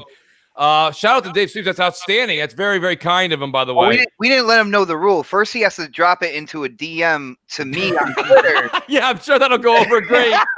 And then he can do it in the chat. Yeah. It's funny. Dave, you do it however you want. If you want to drop it into the chat, drop it into the chat. I'm sure the chat is going to jump at it.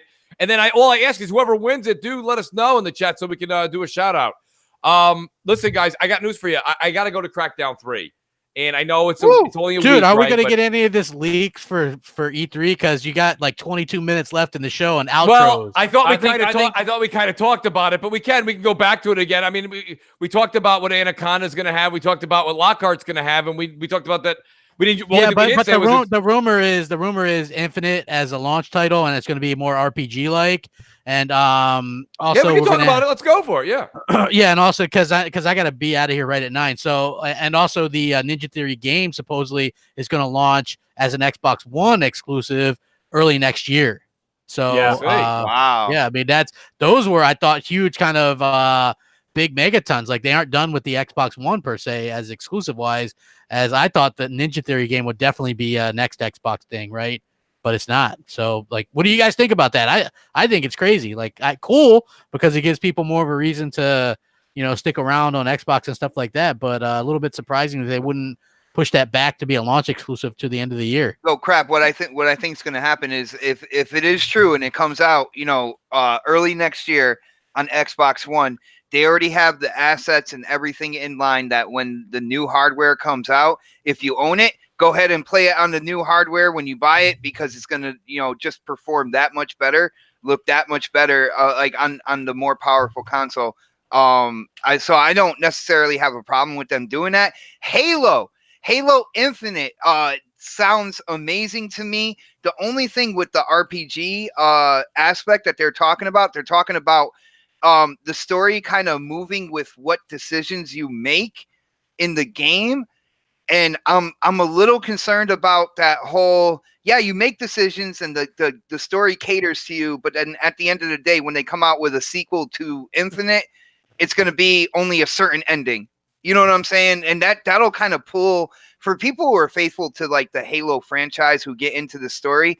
That's going to be that would be a really jarring situation. So I'm not sure if, you make decisions, so you kind of bob and weave throughout the story tree, but at the end of the day, you still make it to the same route or same conclusion.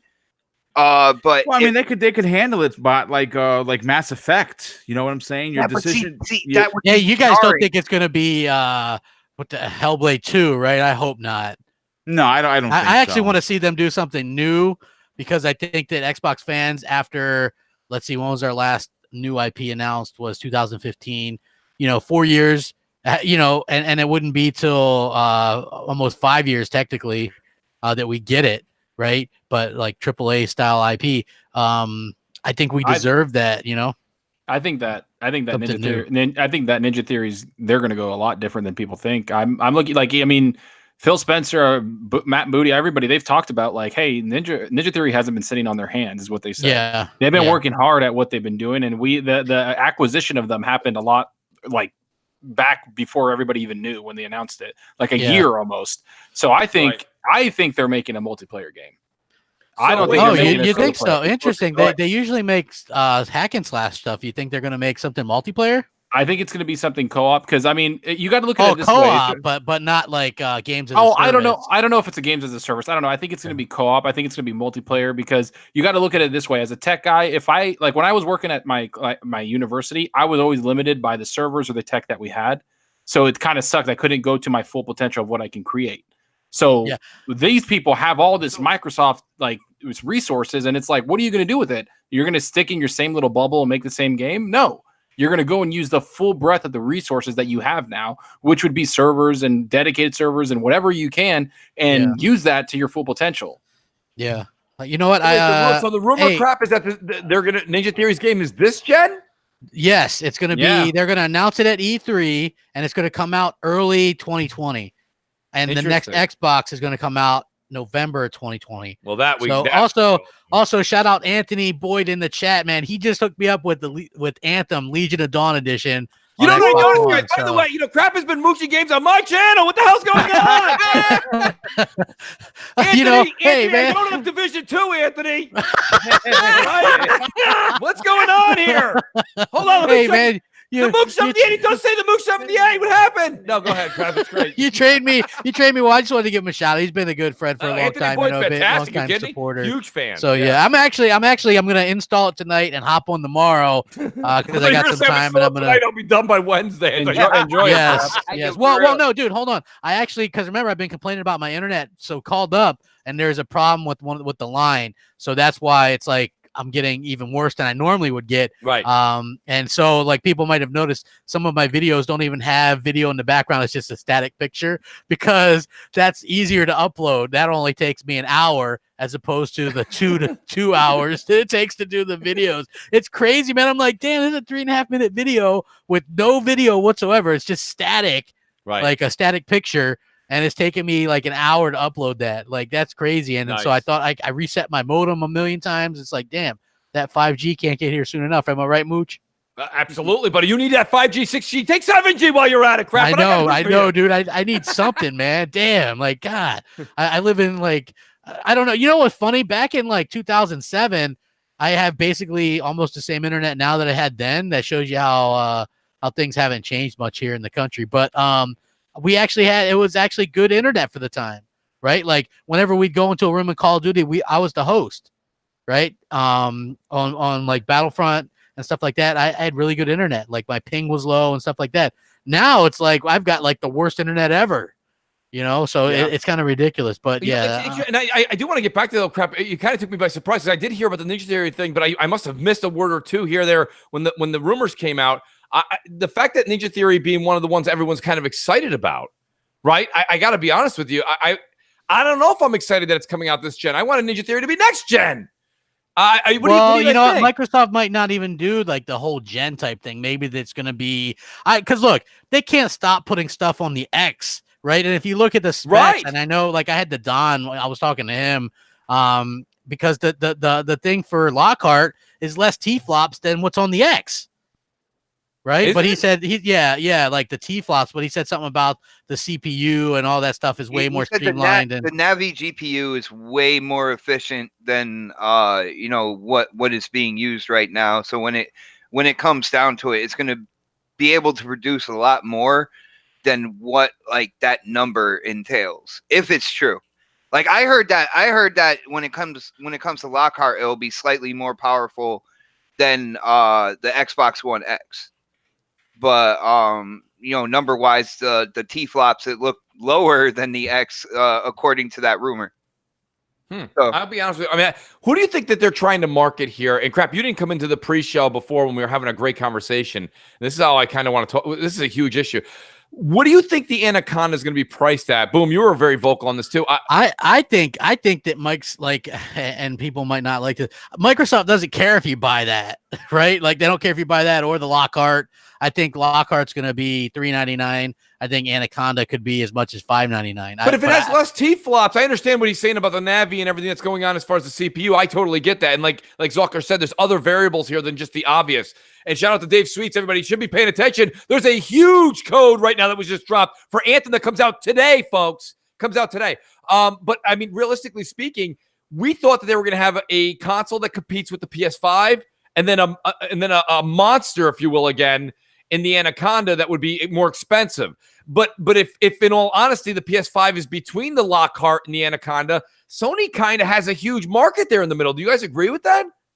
I don't think that necessarily. I think Sony's going to do the one console deal, right? And I think so. Yeah, so that's going to be again. Like, it'll be between Anaconda and Lockhart. Is the PS5? Yeah. So people are going to be. I think it's going to come down to the games. To be honest with you, yeah. So it really depends on what Microsoft has to offer. Having a Halo game at launch for the first time since the original Xbox, I think that could be pretty big if they do it right, and it does look like they're doing it right. Yeah, I think so. Shout out to Slow-Mo Backslap in the chat here. Awesome point. He says, the Lockhart is for people who don't have an Xbox One X right now, don't want to spend too much and still play on a base Xbox One. It's a casual console. Slow-Mo, I think you might be onto something there. Mm-hmm. But realistically speaking, if you have an X in your home right now, and shout out to Salty who said this.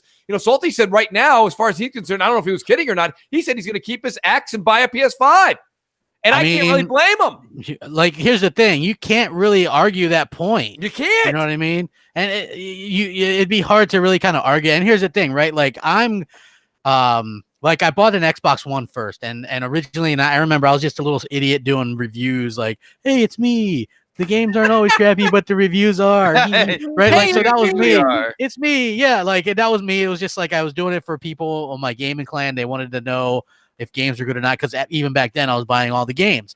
Then I did a video because I saw E3 and I was not aware of this like dark side of the internet and social media. So I was like, hey, I'm going to buy an Xbox One. Killer Instinct looked off the hook. Forza 5, are you kidding me? Dead Rising 3 looks insane. Rise and Titanfall. Holy shit. Sunset Overdrive. Like, they showed all that shit off at that first E3. I was blown away. I didn't know that there was this huge outrage for Xbox. So I did that video and everybody's like, drink bleach, you're gonna die.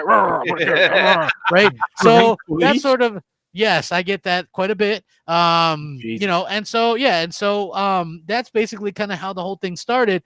And it's so weird to see how things kind of come full circle. Xbox had the games. I went with Xbox because it's hard to spend over $1,000 absolutely for two consoles and then also get the games and stuff. Now, luckily for Xbox, you can just get Game Pass and play their exclusives or whatever you want. So I do think that's cool. But I can't really fight that. Like, if I can play Halo on my X and Sony's got something that I really want on PS5, I have no problem getting that first. I have two Xbox One X's. One of them is definitely going to get traded in and go up towards an Anaconda. I came so close to pulling the trigger on that deal for another X because I want one. I don't have one when over at my fiance's house, right? So you got to get another one there, crap. I know, right? Like, that's why one of the reasons I haven't been on as much, because I don't want to lug my damn Xbox back and forth. Oh, you don't want to do what they do over at IGN? You throw it in your book bag like everybody over there does. We don't do that. Yeah, I'm not throwing it in my book bag. Yeah, Okay, yeah, I love that. I remember the beginning of the generation. They're like, man, that Xbox One is just so bulky and big. I just take the PS4 shaped like a trapezoid. I just throw it in the back of my backpack and go, what? Who just throws their console in their backpack and takes who goes on a walk with their console? Listen, I don't know. Realistically speaking, I think that here's my issue with this. And it's I think there's a big gap here between Lockhart and Anaconda. Yeah. And I think that Xbox is kind of setting PlayStation up for that sweet spot in the middle. And shout out to Slow-Mo again, and shout out to Salty, two guys that do a lot of good podcasting, great podcasting, and I really value their opinion. And they said they're both going to, in the chat now, they said they're going to keep their Xbox One X and buy a PS5. And that's interesting. Until they see E3 when they unveil like all the games are being played on the Anaconda that you're seeing on stage, and it's gonna be like, you know what, screw the X, I am going with Anaconda. Well, I think eventually people will buy up to the Anaconda as well, but maybe not day one. If they're like, holy crap, it's this, and like I got a feeling though that like Halo Infinite's gonna be, at least 1440p 60 frames on the X. You know what I mean? Like, and I think it's gonna look insane on the X. So I think people need to look at the CPU, the RAM, all that stuff, and then on top of it, the biggest thing to me is going to be the SSD. If you've played Metro, you know about that load. It takes you literally hit that to join Metro, the game, hit that, launch the game and then walk away for 5 minutes because it takes forever to load. That startup, startup is crazy, and I have the X, man. Yeah, and I have the X also. So that SSD, the CPU, the RAM. People talk about I'm just going to keep my X, which, hey, man, do what you got to do. That's great. Yeah. I'm not going to be doing that because I want better quality of life, which is loading things faster. The RAM's going to make the operating system run so much better. The CPU is going to be that alone is so big of a jump compared to what we have now that it's going to be running things 60 frames, whatever. Even the Lockhart will be running 60 frames, maybe 1080p, maybe higher. We don't know because we don't know the definitive specs. But the Anaconda is going to annihilate everything that we put in there. And that's all I want is 60 frames at whatever resolution with high textures, ray tracing, everything. And not to mention the CPU that's going to give us better physics quality in the world and give us more lively worlds, right? Crackdown, I'm looking at you. And so all those things. And that's all I'm saying.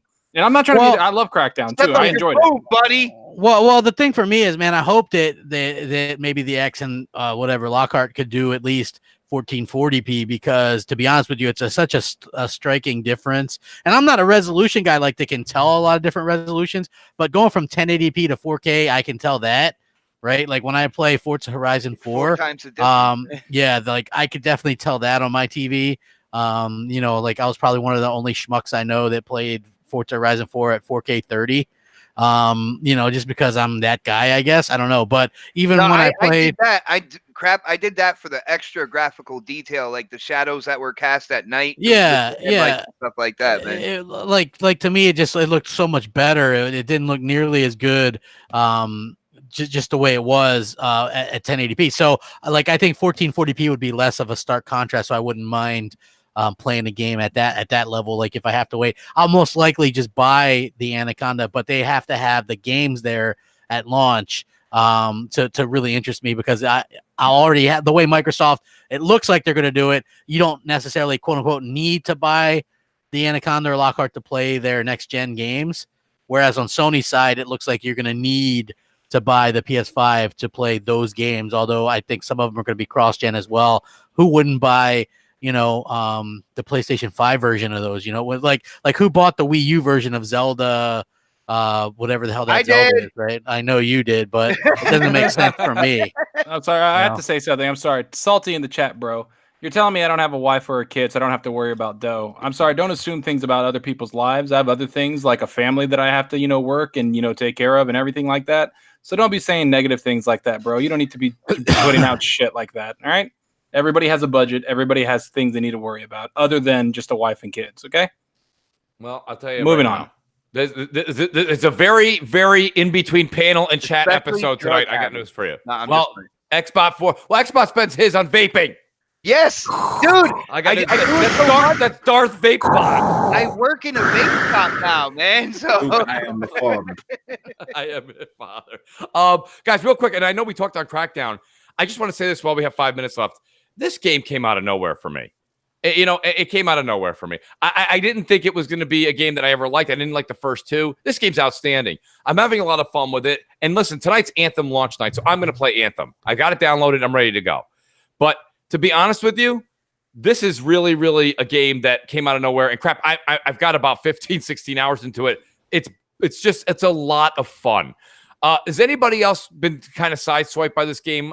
I didn't see it coming. I'm a fan, dude, and I could not stop playing it. I mean, obviously the boom buys everything. The day that came out, Mooch, I had 4 games because I have EA access, so I could have played Anthem. I didn't. I have Far Cry New Dawn and Metro, and as great as those titles are going to be, because I'm playing through Metro now and I'm about to beat it, I could not stop playing Crackdown. My God, when I saw what was going on with the media, I know that we're not going to get into it right now with the media bias nonsense, but I'm going to tell you this: as forget the fact that I'm a huge fan of the game. There is no way that's a 5.7. I am so sorry. It's just not. It is just, listen, it's a Crackdown game, and if you like Crackdown, you're probably going to love this game. But just because you're not a fan and you weren't, doesn't mean you're not going to enjoy it. Right, and I'll tell you something. That's the whole point. The one thing I said to Crap, and a lot of these guys that make games, listen, I don't pretend to be a developer, and it's hard for me to say, hey, what you guys need to do is this. That's not fair for me to do. But realistically, you got to look at what it is. When you go to a burger joint, it's a burger joint. When you go to somewhere that's good, they're known for steaks, don't get the chicken wings. My whole thing is, right, this game has its claim to fame. Its claim to fame is its single-player game. They hurt themselves and shot themselves in the foot with this multiplayer. It's not ready. It wasn't done. And they showed us something that we didn't get. Stick to the single player. People are everything that you see that people are posting on Twitter and social media is all single player. They're staying away from that multiplayer like the plague. So my point being is that, and it's the same thing I've made for I'll other give games. it a try again. The multiplayer is not terrible, but you really just need to be able to play with your friends. Oh, yeah. Yeah, I think it needs more than that. But that's all you're doing. Your friends is telling your friends how much you don't like it. I mean, it's like, I think realistically, this game shines on its single player. And guess what? That's not a negative. Right. It's a positive. Mm-hmm. This game is built on its laurels, and it's single player. And it was the same thing I said when people were like, how come Titanfall 2 is not doing so good when it came out? Because they focused on the single player. Single player is like a 9.2. Yeah, but its claim to fame is its multiplayer, and that's where it failed. And that's why it didn't do well. Is you have to look at what it is. And that was my biggest issue with Crackdown is they focused on the multiplayer when you ask Crackdown fans, they loved it for the single player. Yeah. Mm-hmm. And that's the whole thing. And I think, Boom, we've been comparing this to Agents of Mayhem and other types of games like this that are out there. And what do we always say? Oh, it should be a 7.1. This game's an easy 7.5. For some of you said maybe even an 8. Yeah, it's an 8 for me or higher. Okay. Yeah. But guess what, Boom? Realistically speaking, you even as a Crackdown fan, if I said to you, Boom, literally go in there, play this game for 2 days, and I want a true, honest review from you, and you have to incorporate the multiplayer, and the multiplayer would drag that score down for you. It would, but at the same time, we also have to look at games, and I'm not comparing it, folks, but you have to look at Red Dead Redemption 2. It was reviewed for the single-player game that it was, right? Right. And the multiplayer came out, and it's a disaster. The multiplayer came out later. Yeah, and it was called the beta. Yeah, right. No, you are correct, but it is out there for people to play, and it's a complete disaster. And we also have to remember that when GTA 5 came out, the people reviewed it for the game, but the multiplayer, which was released later, I think it was a couple of months later, it was a disaster. It's great now, but it was a disaster. So, like I said. Well, but boom. You hold yourself to a higher standard than what those people were reviewing those games for. And there's people out there that believe they're vampires. It doesn't mean that you have to believe you're a vampire either. And let's be real. The not having parties to be able to go. Oh no, it's a mistake. It's a big mistake. It would take points off, right? Sure. All right. Well, guys, no, I'm not defending the choices that they made, and I kind of agree with Mooch. Yes, they had to get it out. Maybe they kind of hold it back to get the at least play with your friends. There's no doubt that that's not going to remove from the score, but at the same time, when you hear people doing these reviews, they are not talking about the multiplayer. I was just going to say that. They are going all in on how terrible the single player, because it's from 1972 and we've done this already, and it's just crackdown, and it's crackdown on steroids. Please listen. I mean, like I said, I'm not. I didn't see Terry Crews with a porno mustache, so I don't think we went back that far. What the fuck? Let me do this, guys. Outstanding panel tonight. A lot of people are like, Mooch, you were quiet. Listen, I got news for you. I don't get many Friday nights to be able to sit back and enjoy a great show. Okay, this is an outstanding panel put together tonight. Outstanding folks, dedicated people, gamers at heart, okay? And the chat was fire. So thank you all. I want to do a special thanks also to Dave Sweeps, who put out an Anthem code tonight, and I believe the winner was Predator. Nice. So shout out to Predator. Lucky ass Predator. Right? Quit with it. Oh wait, I got a free too. So yeah. Hey. Let's remember everybody that didn't. Now we have the memoriam for the people that didn't get a code. Starting with the Mooch 78. All right, you already have Anthem. That's right, I do. What the fuck, Mooch? Let me go. I think he mooched it too. I did mooch it off a Mooch Maniac. He gave it to me like a week what ago. a complainer. Listen, it's Exactly. just, hey, when in Rome. Wait, man, when in mooching? Listen, here's my thing. Guys, outstanding show tonight. I'm proud of everybody, proud of the chat. Outstanding people here. Let me go in reverse order, and I will start with Triple Cup Chuck. He was up tonight. Triple Cup, I hope you do come back on the show, man, because you were exquisite tonight. And let everybody know where they can find you on Twitter and social media. Oh, shit, yeah, man. Hey, appreciate you for having me on there. Man, you know, everybody in the chat, shout out to y'all. Appreciate for y'all rocking with us. And, you know what I'm saying? I want to give that special shout out to Mooch for, you know what I'm saying, for bringing me on and coming to, you know, represent and have fun and talk about games and nobody was wrong tonight. I heard a good point from different angles. I heard a lot of different angles, and that's hopefully I could bring to y'all just a different angle. And you know, so I appreciate that. You can find me on Twitter at Triple Cup Chuck, or you come rock out with me on my podcast on Tuesday nights. It will be Mooch time. That is on the Eastern Standard Time. Yes, I say sir. 7 o'clock. I mean, I'm not used to. I'm so centric. I always say Central Time. 'Cause that's where I'm at. So you know what I'm saying. That's my whole focus. I really think the world revolves around me. Yeah, I'm that person.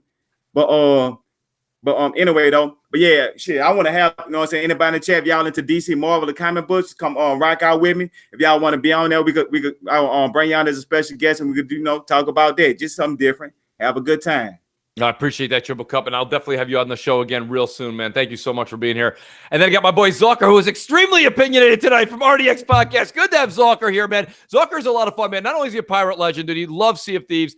Big time gamer fan. And the man, listen, Zucker, I keep saying dev. You're not dev, but you do work in that field. You're in the world of gaming. Let people know where they can find you. And thanks for being here tonight. Oh, of course, Mooch, anytime, man. And I enjoy being on the show. I enjoy talking to everybody on the panel. It's all opinions, and it's all, you know, just friendly banter, everybody. Nothing's, you know, we're not going at each other's necks. It's all friendly. That's all it is. Zucker. I don't like you very much either. Xbox 75 3.14 pi. Little cowboy. You guys can find me at Zalker87 on Twitter, and Zalker87 is my YouTube channel. And everybody, we're all cool, man. Me and Salty, everybody, we're all cool. Don't worry about it. That's right. Enjoy. That's right, guys. We talk for 8 to 10 hours a week, folks. Okay, it's about we say we're opinion based. We're not media. That's the beauty of this. So, guys, thank you so much. I appreciate that. And then we got Xbot 448, confused with 844. And guess what? I get to hang out with Xbot a little bit more this weekend. Let them know, Xbot.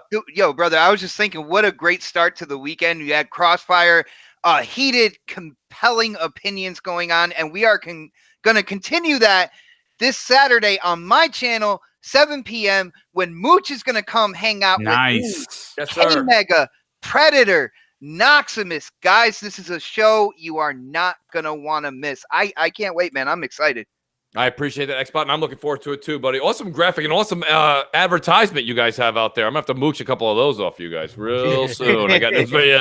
And then I've got a buddy of mine, Singular Bombastic Boom, who did 16 podcasts, and he's talking to people from Guinness right now. Listen, Boom, Let people know where they can find you, brother. Well, you know what? I'm doing another one tomorrow because tomorrow at 1 p.m. Eastern Standard Time, which of course is the correct time in the world, the Lord's time. We are. I disagree. We are doing a Crackdown 3 review and discussion panel. I already tweeted out who's going to be on the panel. It's going to be a 90 minutes. A lot of stuff to talk about Crackdown 3.